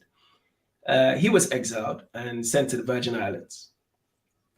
But when he died, they replaced him with a kangaroo leader who had helped betray him, much like they did in many other kingdoms in Africa, in West Africa. The kangaroo leader essentially was responsible for just doing the work of the French. In parts of Africa, the colonial system that they had was called indirect rule. So rather than have an army, British army all stood there. They had African soldiers, right? Maybe one general that was not a general, but an officer in the army. But largely they let puppet kings, emirs, and sultans run the country and pay the tax to the Europeans, right? A country as big as Nigeria has 200 million people, but it was put together essentially by one man and his concubine, a man called Lord Lugard. He decided, okay, I'm administering the north, another person's administering the south, it's too much to do, let's put them together, let's call it one country, Niger area. the area around the Niger River. That's why it's called Nigeria. Coincidentally, above it, it's called Niger. It's the same thing. The country above it is called Niger. But that's it shows you how, these decisions about which countries we're talking about are ignorantly made. So anyway, creative. Yeah. But just to get back to my point, the king of Dahomey was exiled, and so after he left, any sort of consistencies with the kingdom was gone. This wasn't the line necessarily of Gezo, John Boyega's character, or Lily, or Agunglu, or Wegbaja, the first king. This wasn't that line anymore. This is just an offshoot of it. So even talking about Behanzin, the man who's been exiled, who you've betrayed, it's not worth it. So the consistency in the culture don't go. And of course, the French immediately came in, and there was the French colonial system. Firstly, with the missionaries. Missionaries are crucial in understanding how Africa became colonized and how the Europeans had the balls, excuse my French, to come into the hinterland in the first place. Because they didn't do it during the whole enslavement period. It's when it was over, because they knew that the missionary movement had formed a bond with the people inland, and they've said, okay, you know what, this place is here. And there are many stories. South Africa, you can hear this. Look at numerous stories in South Africa, East Africa. What they did there is another story. But in West Africa, they certainly did it that way. So in other words, when Behanzin left, the consistencies in culture and the pride left too, and it became a French colony. In fact, that statue of the women is fairly new. I was last in Benin in 2017. What year were we there? 2017 was the last time I was in Benin. It's new. And it's new, and it's really, and I wouldn't be surprised if UNESCO is not involved in building that. Because all everything, the Abome Palace is a UNESCO World Heritage Site. Every major thing that we have that is maintained in our culture is a heritage site, by UNESCO. Yeah. But so yeah. Yeah, I noticed that it was just erected. I believe it's like 30 foot tall, but I thought that was interesting that it's just now being that it just now was created. Yeah. Because I think part of it is also the world is starting to recognize the world, and when I say the world, I mean we're gonna have to wrap up soon. Sorry, my laptop's about to die. But okay. But the world is starting to recognize that there is a what is the word I'm looking for? That there is a part of African history that needs to be highlighted. It's just that they're trying to curate which part of the history it is. They're just trying to curate it for us. And as I'm pretty convinced that we will allow them to curate it for us. So that's why that's gone up. Let me ask you before you go a couple more questions real quick. Okay. So what, as far as the history of the Dahomey tribe and then what you saw in the movie, what do you think was the biggest inconsistency and the biggest takeaway that we can learn from the movie? The biggest thing is the fact that we're having this conversation. We're talking about a kingdom, not an empire, but a kingdom which was significant in bridging the gap at the very least, because also Dahomey is the last, as Henry Lewis.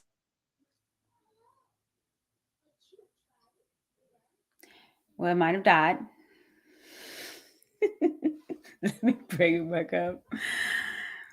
Remove. He might have died. He is in the UK, and man, the conversation was getting great. I know. If he pops back up, I'll bring him up. The one thing that I'm taking away from this, and I hope you guys have, and if so, we'll bring them back for a part 2, because I want to talk about the biggest, the inconsistencies of the movie and what we can take away from it. I'll be honest with you. I've seen the movie. I like the movie a lot. And I know the backlash that it's gotten. I think the backlash that it's gotten, a lot of it is not necessarily warranted. I think context matters when we talk about these situations. I think language matters as well, too. And the biggest thing that I have seen when people talking about the woman king has been the slavery. And the Dahomey tribe was slave traders. He's back. Yay. Hey, That's right. I managed to charge it quickly just in time. I all right. apologize. The people was mad. I was like, oh no. So I'll let you finish. We were saying about what maybe the biggest inconsistencies. I'll let Oh you. no, okay. Yeah, I was saying that the fact that we're having this conversation because Dahomey is Mhm, significant in the fact that the last ships. Because remember, the British abolished slavery in 1807, 1808. It's not to say mhm, they didn't stop practicing it in the islands, but they abolished bringing Africans over. So what they did was they established Sierra Leone. The Americans established Liberia a few decades before that, and they said, okay, anybody that we take, anybody that we find enslaving. And by the way, it's not as if the Europeans just came together. The British spoke to all the Europeans and said, okay, we're going to enforce this. They said, no, anybody who's caught doing this, we're going to take you enslaved and we're going to repatriate them. Of course, they weren't doing mhm, this.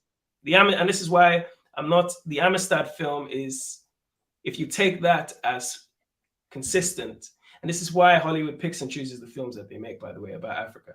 Is if you take that, you will assume every situation was like that. No, in many cases, people that they will capture in the middle of the sea, they will take them and add them to their flock of enslaved people and their various colonies that they had in the Caribbean and in and South America, the few places in South mhm, America, like Guyana.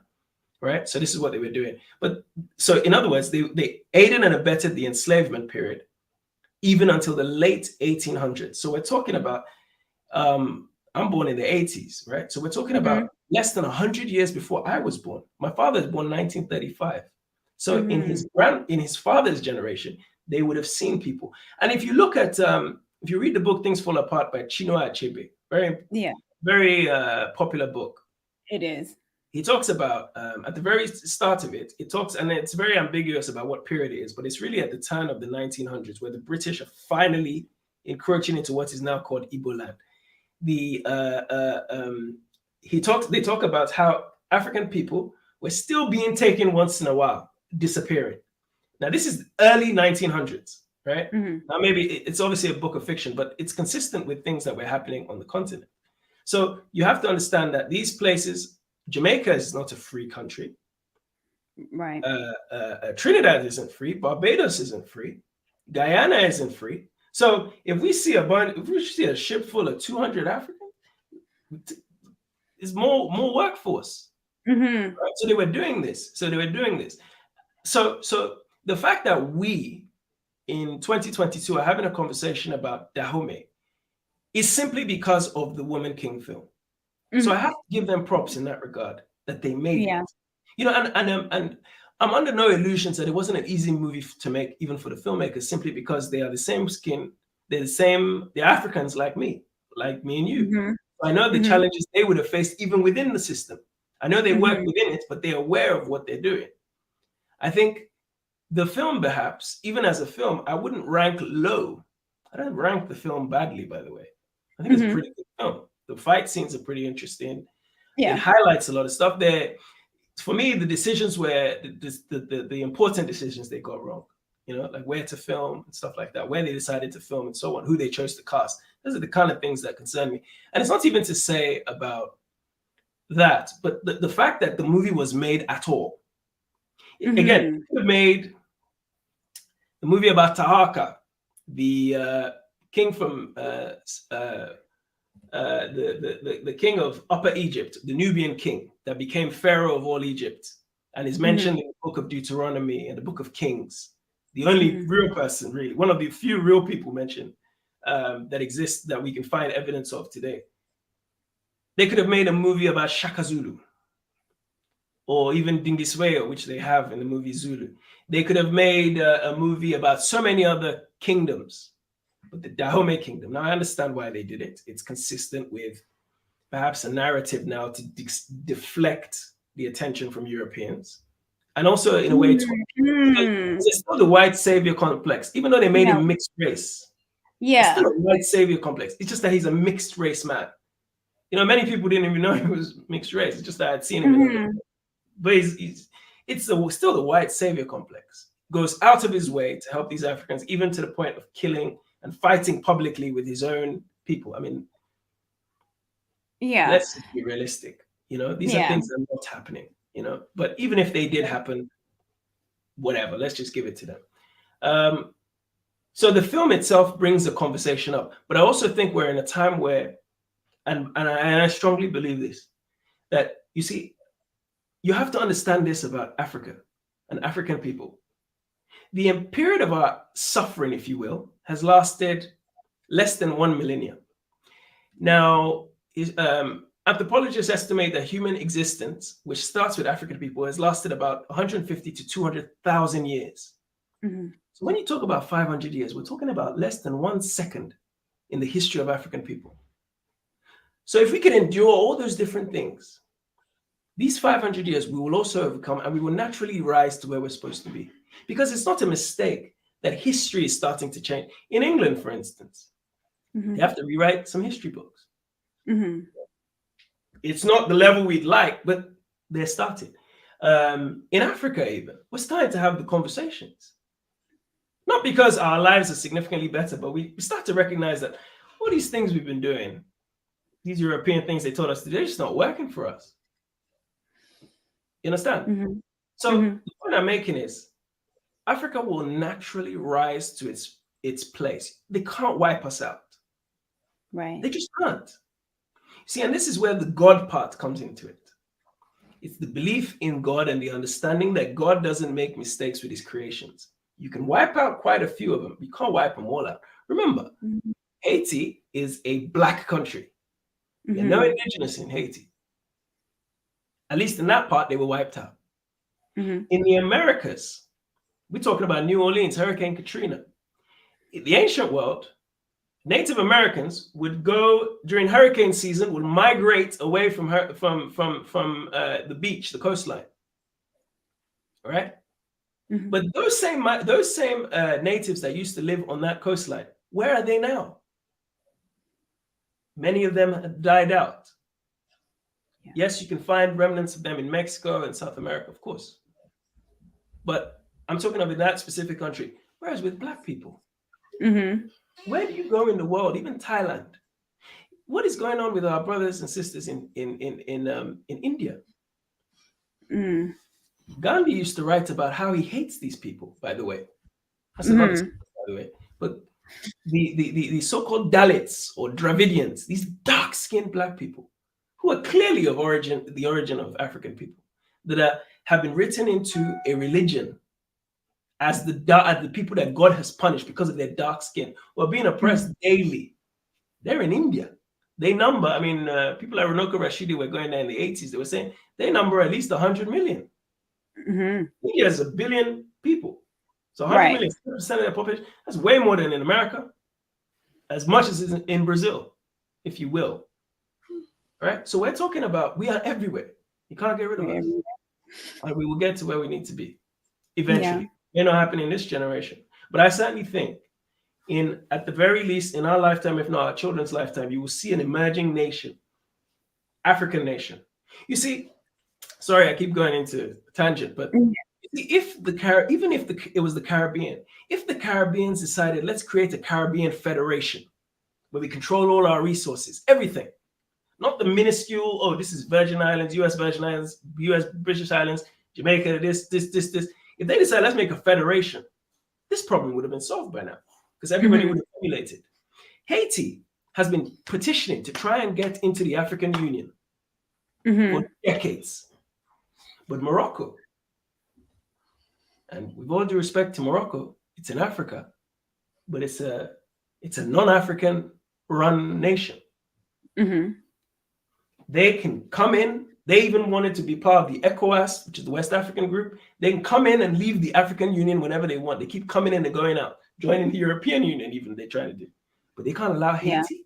You have to see the mentality that we have as Black people collectively. And that's the thing that will go with time. With time, it will go. There's two things I want to talk to you about before we end this, because it's been good. So one is, and I saw it in the comments, that another issue that they have besides the slave trade was the idea that the movie was trying to mask the masculinity, the disappearance of it. Yeah. So again, I am also maybe understanding that context matters. So was there a such thing then as a woman king? Could a woman be king? And how we think of gender and how we think of femininity and masculinity as far as the construct of what European standards is, And was that sorry, yeah, finish. do you see where I'm trying to get at? Is that the Yeah. same? Should we be putting them on the standard of our standards again, which we did with slavery?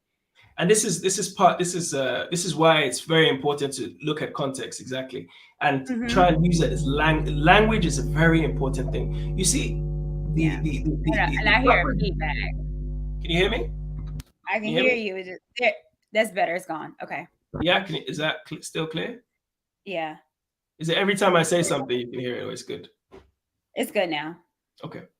Okay. Where was that? Yeah. The women's suffrage movement that really came into force in the 1920s in Britain and America, whatever, where women were like, oh, we want equal rights, is to simply assume that enslaved African people on a plantation or colonized African people were fighting about who is more superior, the man or the woman. It's just ridicule. An African man doesn't ever have to question whether he's more important than his mother. That's just ignorant. Okay, that's just not, it's culturally just, it's a waste of time to have that conversation. But significantly, when we talk about women rulers, you look at I think even from a historical point of view, the European women rulers that existed in time have been known for some of the most devious things. I mentioned Elizabeth I. But you look in Africa, I even mentioned it in the documentary. I think it's the second king. There was a female king, I think in the second generation of Dahomey, the one who started the Mino in the first place, or the Agoji, ruled in tandem with her son. So she's a female queen. You go back to ancient Egypt, Sobek Neferu, right? Woman king. If I say woman king, just say ruler, the ruler. You go to even in Zazzau, a place called Zazzau, northern Nigeria. I made a documentary called Kano. It's available on ushub.tv. It's a US platform for Islamic content. It's going to be on my YouTube channel soon, by the way. I'm going to put it on soon eventually when the license. The Hausa people, there were different groups. There was one called Zazzau, and it's most known because of its two women kings. King is not the word. Two women rulers who are not just rulers, but were warriors, were fighters, were in the army, led people in battle. One of them was called Amina, Amina. Prominent person in history. When you talk about African history, she's one of those people, when you talk about resisting the oppression, her and her mother, or is it her grandmother, that were two of the women kings from this kingdom, which eventually adopted Islam, by the way. You go to Angola, Queen Njinga, woman king. So there's a consistency in Africa of women kings. It's not even a sexist thing. It has to do more with the way the society was functioned. Because don't forget, there were periods in Ethiopia where you had the Candaces. You had centuries of just women rulers, just women. So, but it's not about the sex, really. It's about what's in the greater good of the people. So this film, I found, number one, it's written by a white woman. Yeah, but them who, regardless of whether she sees the nuances between African feminism and European feminism, whatever you want to call it, is still going to write from her own paradigm, which is, I'm a European woman. This is how we see it. And you should see it like that too. And so they went and put a character, the wife, who just talked freely to the king, however she wanted in public, which is just not consistent.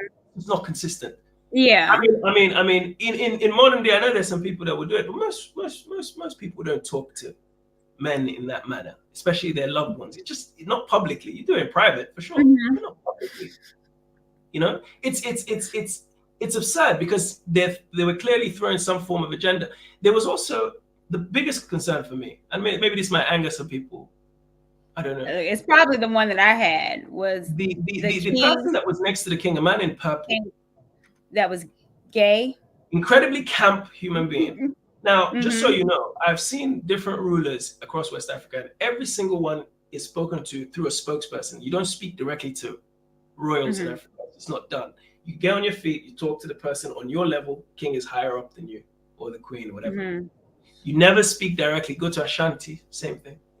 I mean, modern day, obviously, people do things differently, but certainly at that period, this man, and I call him an effeminate man, was just there being, and even John Boyega's character to an extent was quite effeminate. Feminine, the hair. And there was almost this I think there was some type of subtext there that maybe they wrote into it deliberately, or maybe it was by accident. But this subtext that John Boyega and this man could have had something going on. I don't know what they were trying it was as if everyone around him was connected sexually to him. It's how I felt. Yeah, and then even the fact that he ignored his male generals and only focused on what Viola Davis was saying. There's a clear agenda. I don't think anybody can. If you want to argue with it, that's fine. But there was clearly an agenda to try and push the feminist agenda on this film, which is fine. I get the era we're in, and I say this: if you put this movie in 50 years' time, if you play this movie, let's say things change, and you put it against another movie that took place 50 years before, you will tell which era we were in when we made this movie, simply because of the agendas that are around it, and also the emphasis on rape. Look, rape is a horrible thing, right? It's a horrible thing, and it happens without question. But Viola Davis's modus operandi, her desire for revenge, was because of rape. Right. I'm not saying it's not a worthy cause, but I don't see why rape was there for her. I think there was also the Tuso Mbedo's character, at least not rape, but some sort of form of abuse. It's oppressed women having to come together and be part of a sisterhood in order to fight these evil men. Yeah. For me, look, Tuso Mbedo is a beautiful girl. This is the girl who played the role. Even the decision to make her one of the Mino or the Agoji is a decision that you make from a Hollywood standpoint, and you disregard history. Read again, Richard Burton's the most racist man. Even read his accounts. They brought all the beautiful women and they put them aside. They're not going to fight. They're not going to fight. The word Amazon comes from Greek, which basically is what did it? And this is what they were called for centuries, by the way, Amazons, right? The Dahomey Amazons. It comes from Greek, and it implies women whose breasts are cut off, because so that they can swing with their weapons. They can fight with their weapons if the breasts are cut off.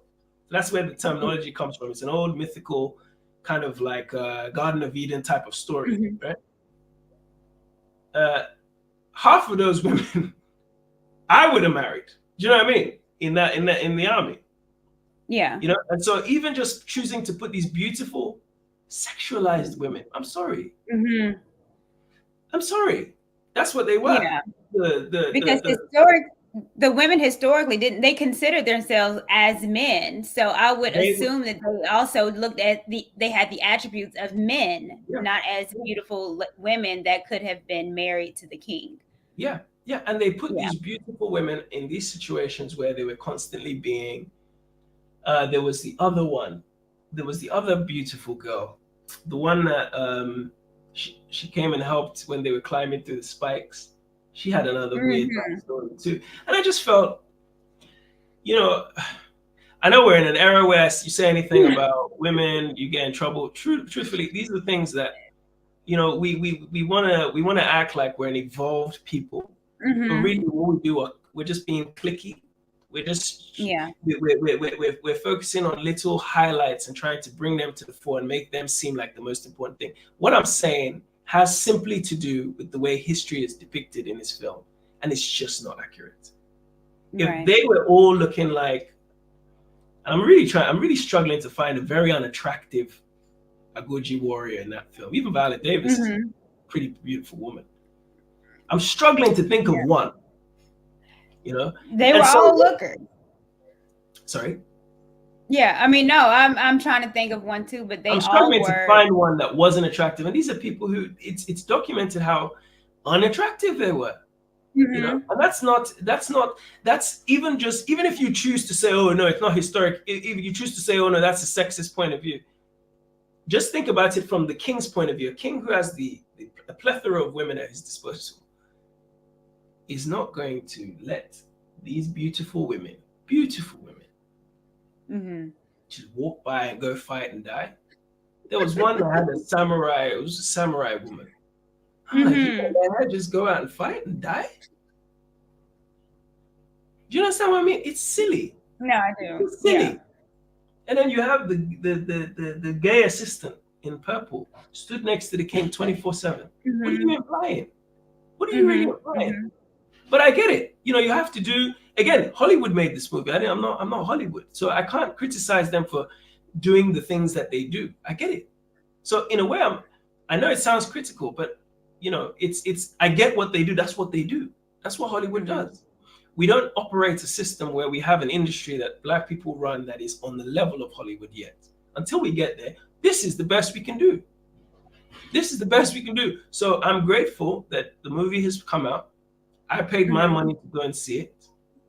And we've had a 2-hour conversation about it and about the history of Dahomey and about the connections between the continuities between African culture and the cultures that exist in the Americas. For me, the film has done what it needs to do as far as I'm concerned. The next thing is for us to build on that and do more. I love it. Okay, one last question before you leave me. Okay, thank you. So I know a while ago, one of the kings, and I'm going to pull this up real quick. Was a Marxist dictator. I'm going to skip him time. In West Africa, when the president made a public apology for what his ancestors did to our ancestors by selling us into slavery to the Europeans. I owe you the truth, and the truth is made clear in the theme of this conference. The theme is reconciliation and development. The word development does not appear in the theme because I'm from a poor country. It does not appear in the theme because of what I've gone through in my life. It does not appear in the theme because we want money. I think what is very, very important for me in this conference is reconciliation. And if we, because I'm also the president of the poor in this country, and if we were to put development before reconciliation, I'm sure of one thing: God will not bless such a development. That is why the most important thing for me was this pardon, this forgiveness that we needed from you. Okay. How important was that for the then president? Who was apologizing to? I didn't understand it, by the way. He was apologizing to the descendants of the slaveries here in America and apologizing for their part in the transatlantic slave trade. Look, sorry, go on. Do you think that that is important for us, or a step for us to, because a lot of us didn't even know that happened, so that was kept a lot away from us. Do you think that that is important for us to try to connect who we are and to get out of the African immigrants, descendants of slavery? Is an apology warranted or needed? I think yes and no. I think yes, because it might start dialogue somewhere. But the thing is, you see, and John Henry Clark said this, because when do you stop apologizing? You see, because the John Henry Clark says this: before you criticize somebody of selling you to slavery, check your own lineage. Again, we've talked about numerous DNA. The numerous DNA situations that we have where we might have two warring people in our lineage. One of us were at some stage one of our ancestors at some stage fought to try and get the other person. That's the only reason why you're in America. Is because someone was either kidnapped or was fighting a war to kidnap others. Right? One way or another. You see, the trade is the demand for trade. There's a thing called in business and economics called supply and demand. If there is no demand, there's no supply. So it's ironic. President Kerekou was actually president when I was a kid living in Benin, by the way. The country was under economic turmoil, by the way. And I don't think people know enough about why that apology happened in general, or why anything like that happens. You have to understand this. When France stopped colonizing Africa, or West Africa, or when they stopped, if you want to call it, they stopped. They left so many aspects, with the exception of the country Guinea. It's a country called Guinea. Mm-hmm. Every other country remained under French control, at least their economy. Do you know today, in Benin, in Togo, in Senegal, in Mali, in Chad, in Cameroon, they use the French franc? It's a West African version, but printed by France. In other words, the currency that France got rid of in the year 2000, they still use in their former colonies in Africa. Aid is tied to this currency, to the point where the president of Ivory Coast still had to pay a tax to France to use this presidential palace, because it was the former palace of the colonial head of France. And when you add the fact that I said, it's not just that I said, Africans are very backward when it comes to this man is educated in France at best. Go even to the early founding fathers. Kwame Nkrumah went to an HBCU.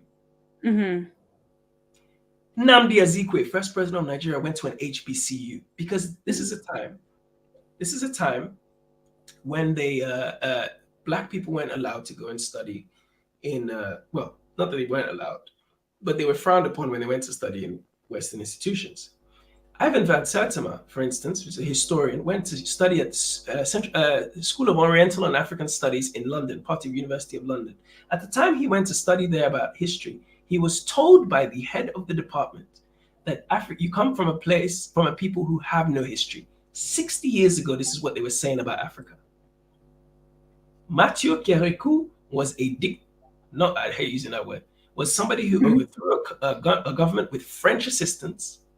His whole economy, his whole regime as president was backed by France, as every regime is in former French-speaking West Africa. So when he makes an apology like that, you have to even understand how that even reaches his mind in the first place. What is that? Why is that on his mind? You know? But going back to the point is, at what point do we stop apologizing? Because at some stage, you even might have to apologize to me. I will apologize to you. Somebody else might apologize to you, because we are all involved in the enslavement, but we are all also victims of the enslaved. Again, I could be walking around, coming from my farm. They grab me. My children are expecting me home, but they grab me. Do you then blame my children for my enslavement? Will it be fair to ask my children to apologize for my own enslavement? We know the Dahomey story is a little bit more, it's war, two warring groups. Right. What about the ones that were kidnapped? At what stage do you stop apologizing? That, for me, is the problem with any sort of apology. Because the only apology we need is reparations from the people who stood to benefit. Amos Wilson says, if you want to find the cause of any problem, look for who benefits the most. This man had just given you a whole monologue of, we are in a poor country. I run a poor country. His apology, by the way, shouldn't mean anything to you or anybody else watching. Doesn't mean anything. It's not tangible. The people who need to apologize, when have they apologized? They won't even give you 1/10 of what you're owed. They didn't even give us our 48. They won't even pay you for the work that you did. Absolutely. So why is it that we're going to listen to this little man who was overthrown I don't know what year that was published. It was overthrown very soon. I never forget being there when Kérékou was president. That's when I lived there. Yeah. In the late 80s, early 90s. This is not the man that we need an apology from. It's not tangible. You see, when the Zionists, the Jews, if you want to call them that, because they didn't even believe in Jews, they were atheists, but they were called Zionists in the late 1800s. We're looking for a homeland for Israel. They looked at several places. Uganda was one of their number one options, by the way. In there, it didn't work out. So they went to Palestine. Palestine, if you look at where Palestine is next to Africa.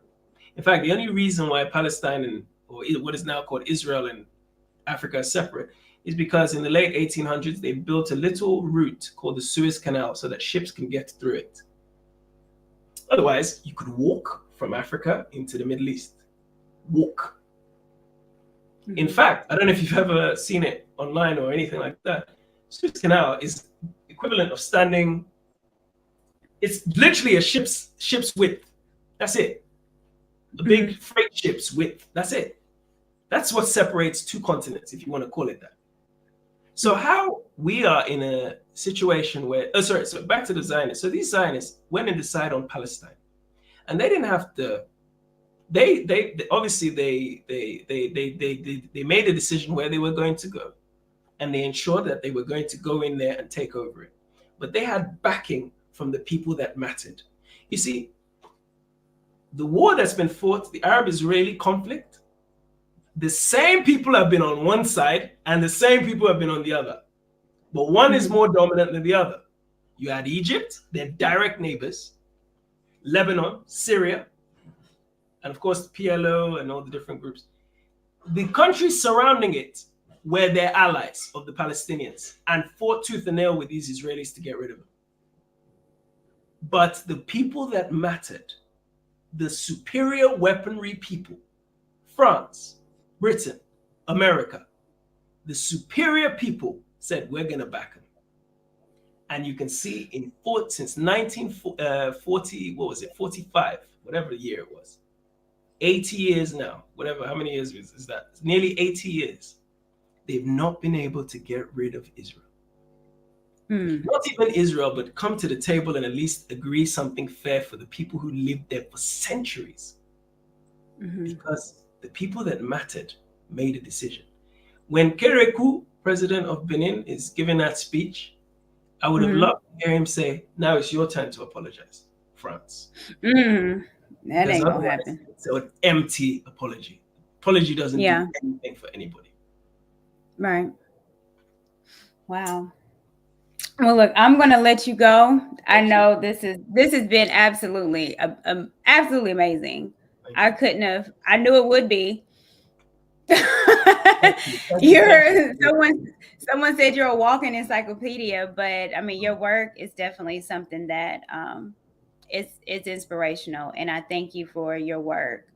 I'm going to put in of course, I'm going to tell everybody to follow you because, like I said, I've been on a binge with your content. But I specifically want to put in your documentary that you did when you was in Benin. I think that's incredibly important to this conversation. So if you don't have anything else to say, again, you guys follow him on AEA Films. The website is absolutely awesome. I know that you and your wife, she produces, and some other people that's on there that I saw. And all I can say is thank you. I felt like I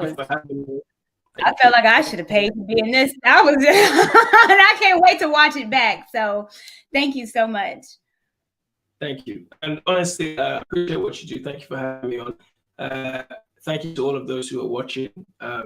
Again, I have to emphasize this. If you have a passport, you need to go and see for yourself. There's no point going online and seeing people tell you about things that are there. Go and verify it for yourself. There's no point being a person who lives on this earth who has the capability of going anywhere and choosing not to. So please, please, please pick up.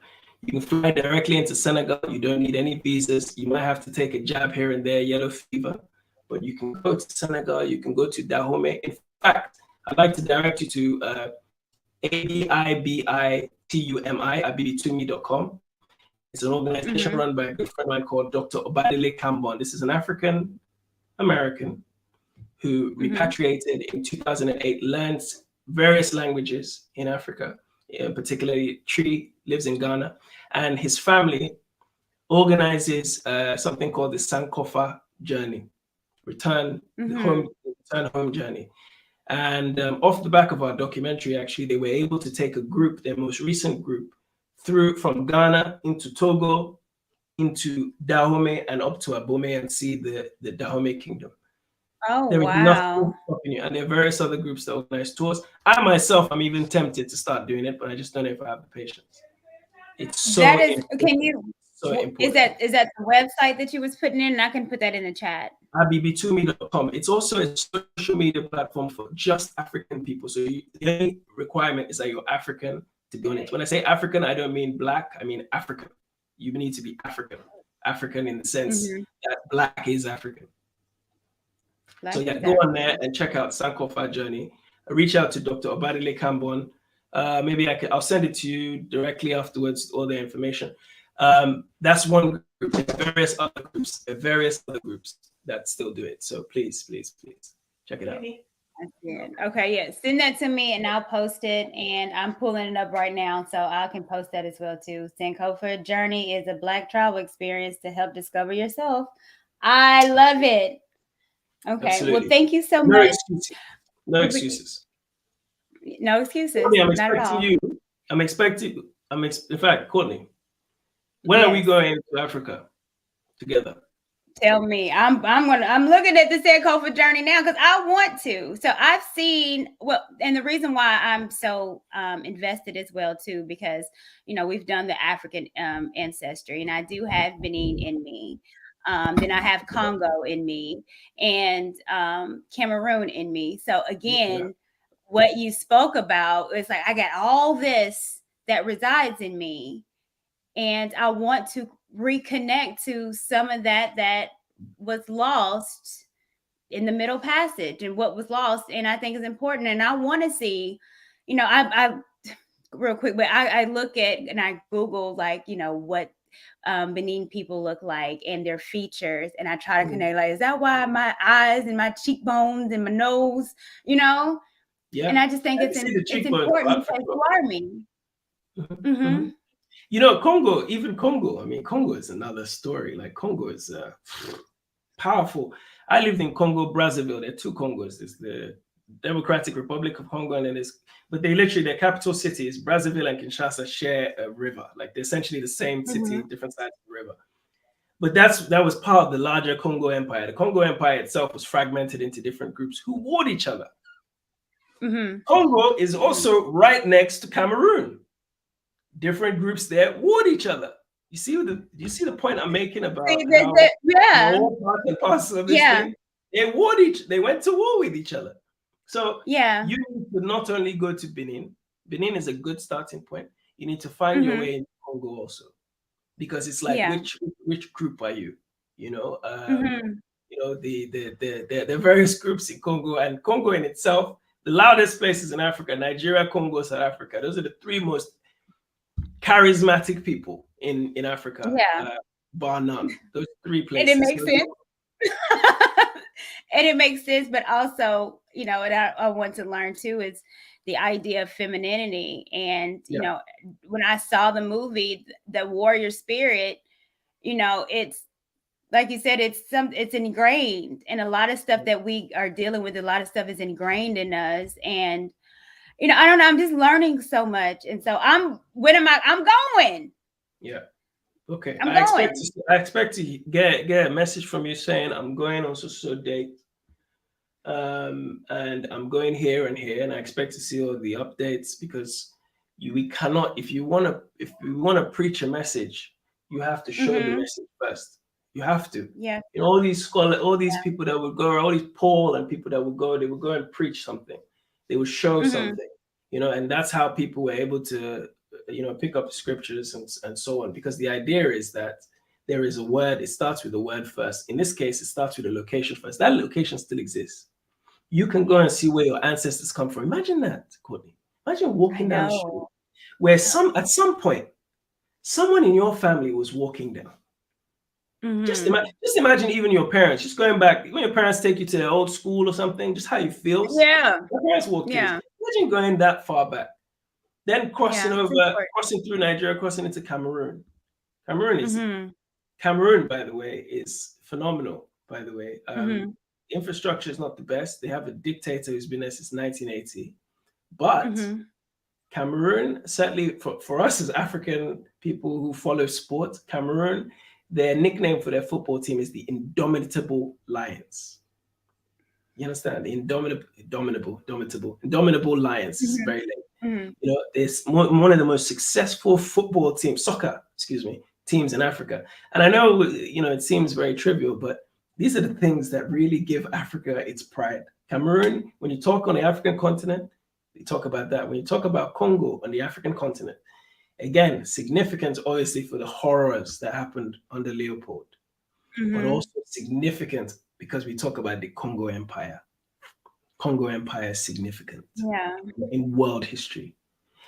You talk about and now certainly music, very popular in music. This Mhm. whole Afrobeat scene starts with a lot of it in Congo. You know, Yeah. Awilo, Fali Ipupa. Uh, you know, there's just so much that comes out. Congo is beautiful. Congo is beautiful, man. Like, but anyway, I won't keep you because it's very late where I am. I have to go. Yeah, go ahead. Of Let's course say it's thank you so beautiful. Where much my for having me. people from? That's where my people is from. Of course it's You better beautiful. go and see your people, please, and send me pictures, please. I will. I will. And I'll keep in touch. Thank you so much. It's Thank you, man. absolutely been a blessing. Thank Thank you. you. And good night to everybody. Take care. Bye-bye. Man, when I tell you amazing, I put in the chat, and I'm going to put it in again. Because if we're going to take a pilgrimage, we're going to take a pilgrimage. But that's stinkhofajourney.com. I mean, y'all keep talking about passport, bro. This is the passport that you need to get to finding who you are and your lineage, why you do certain things, why you look away, tracing that back. Man, how important. Let me get to some of the super chats, you guys. I did not forget. It's just sometimes the conversation is so good, I don't want to interrupt, but I appreciate you guys' support. Barry, my guy, your fellow UK brother, at AEA Films and engaging discussion. Absolutely. Thank you for the super chat.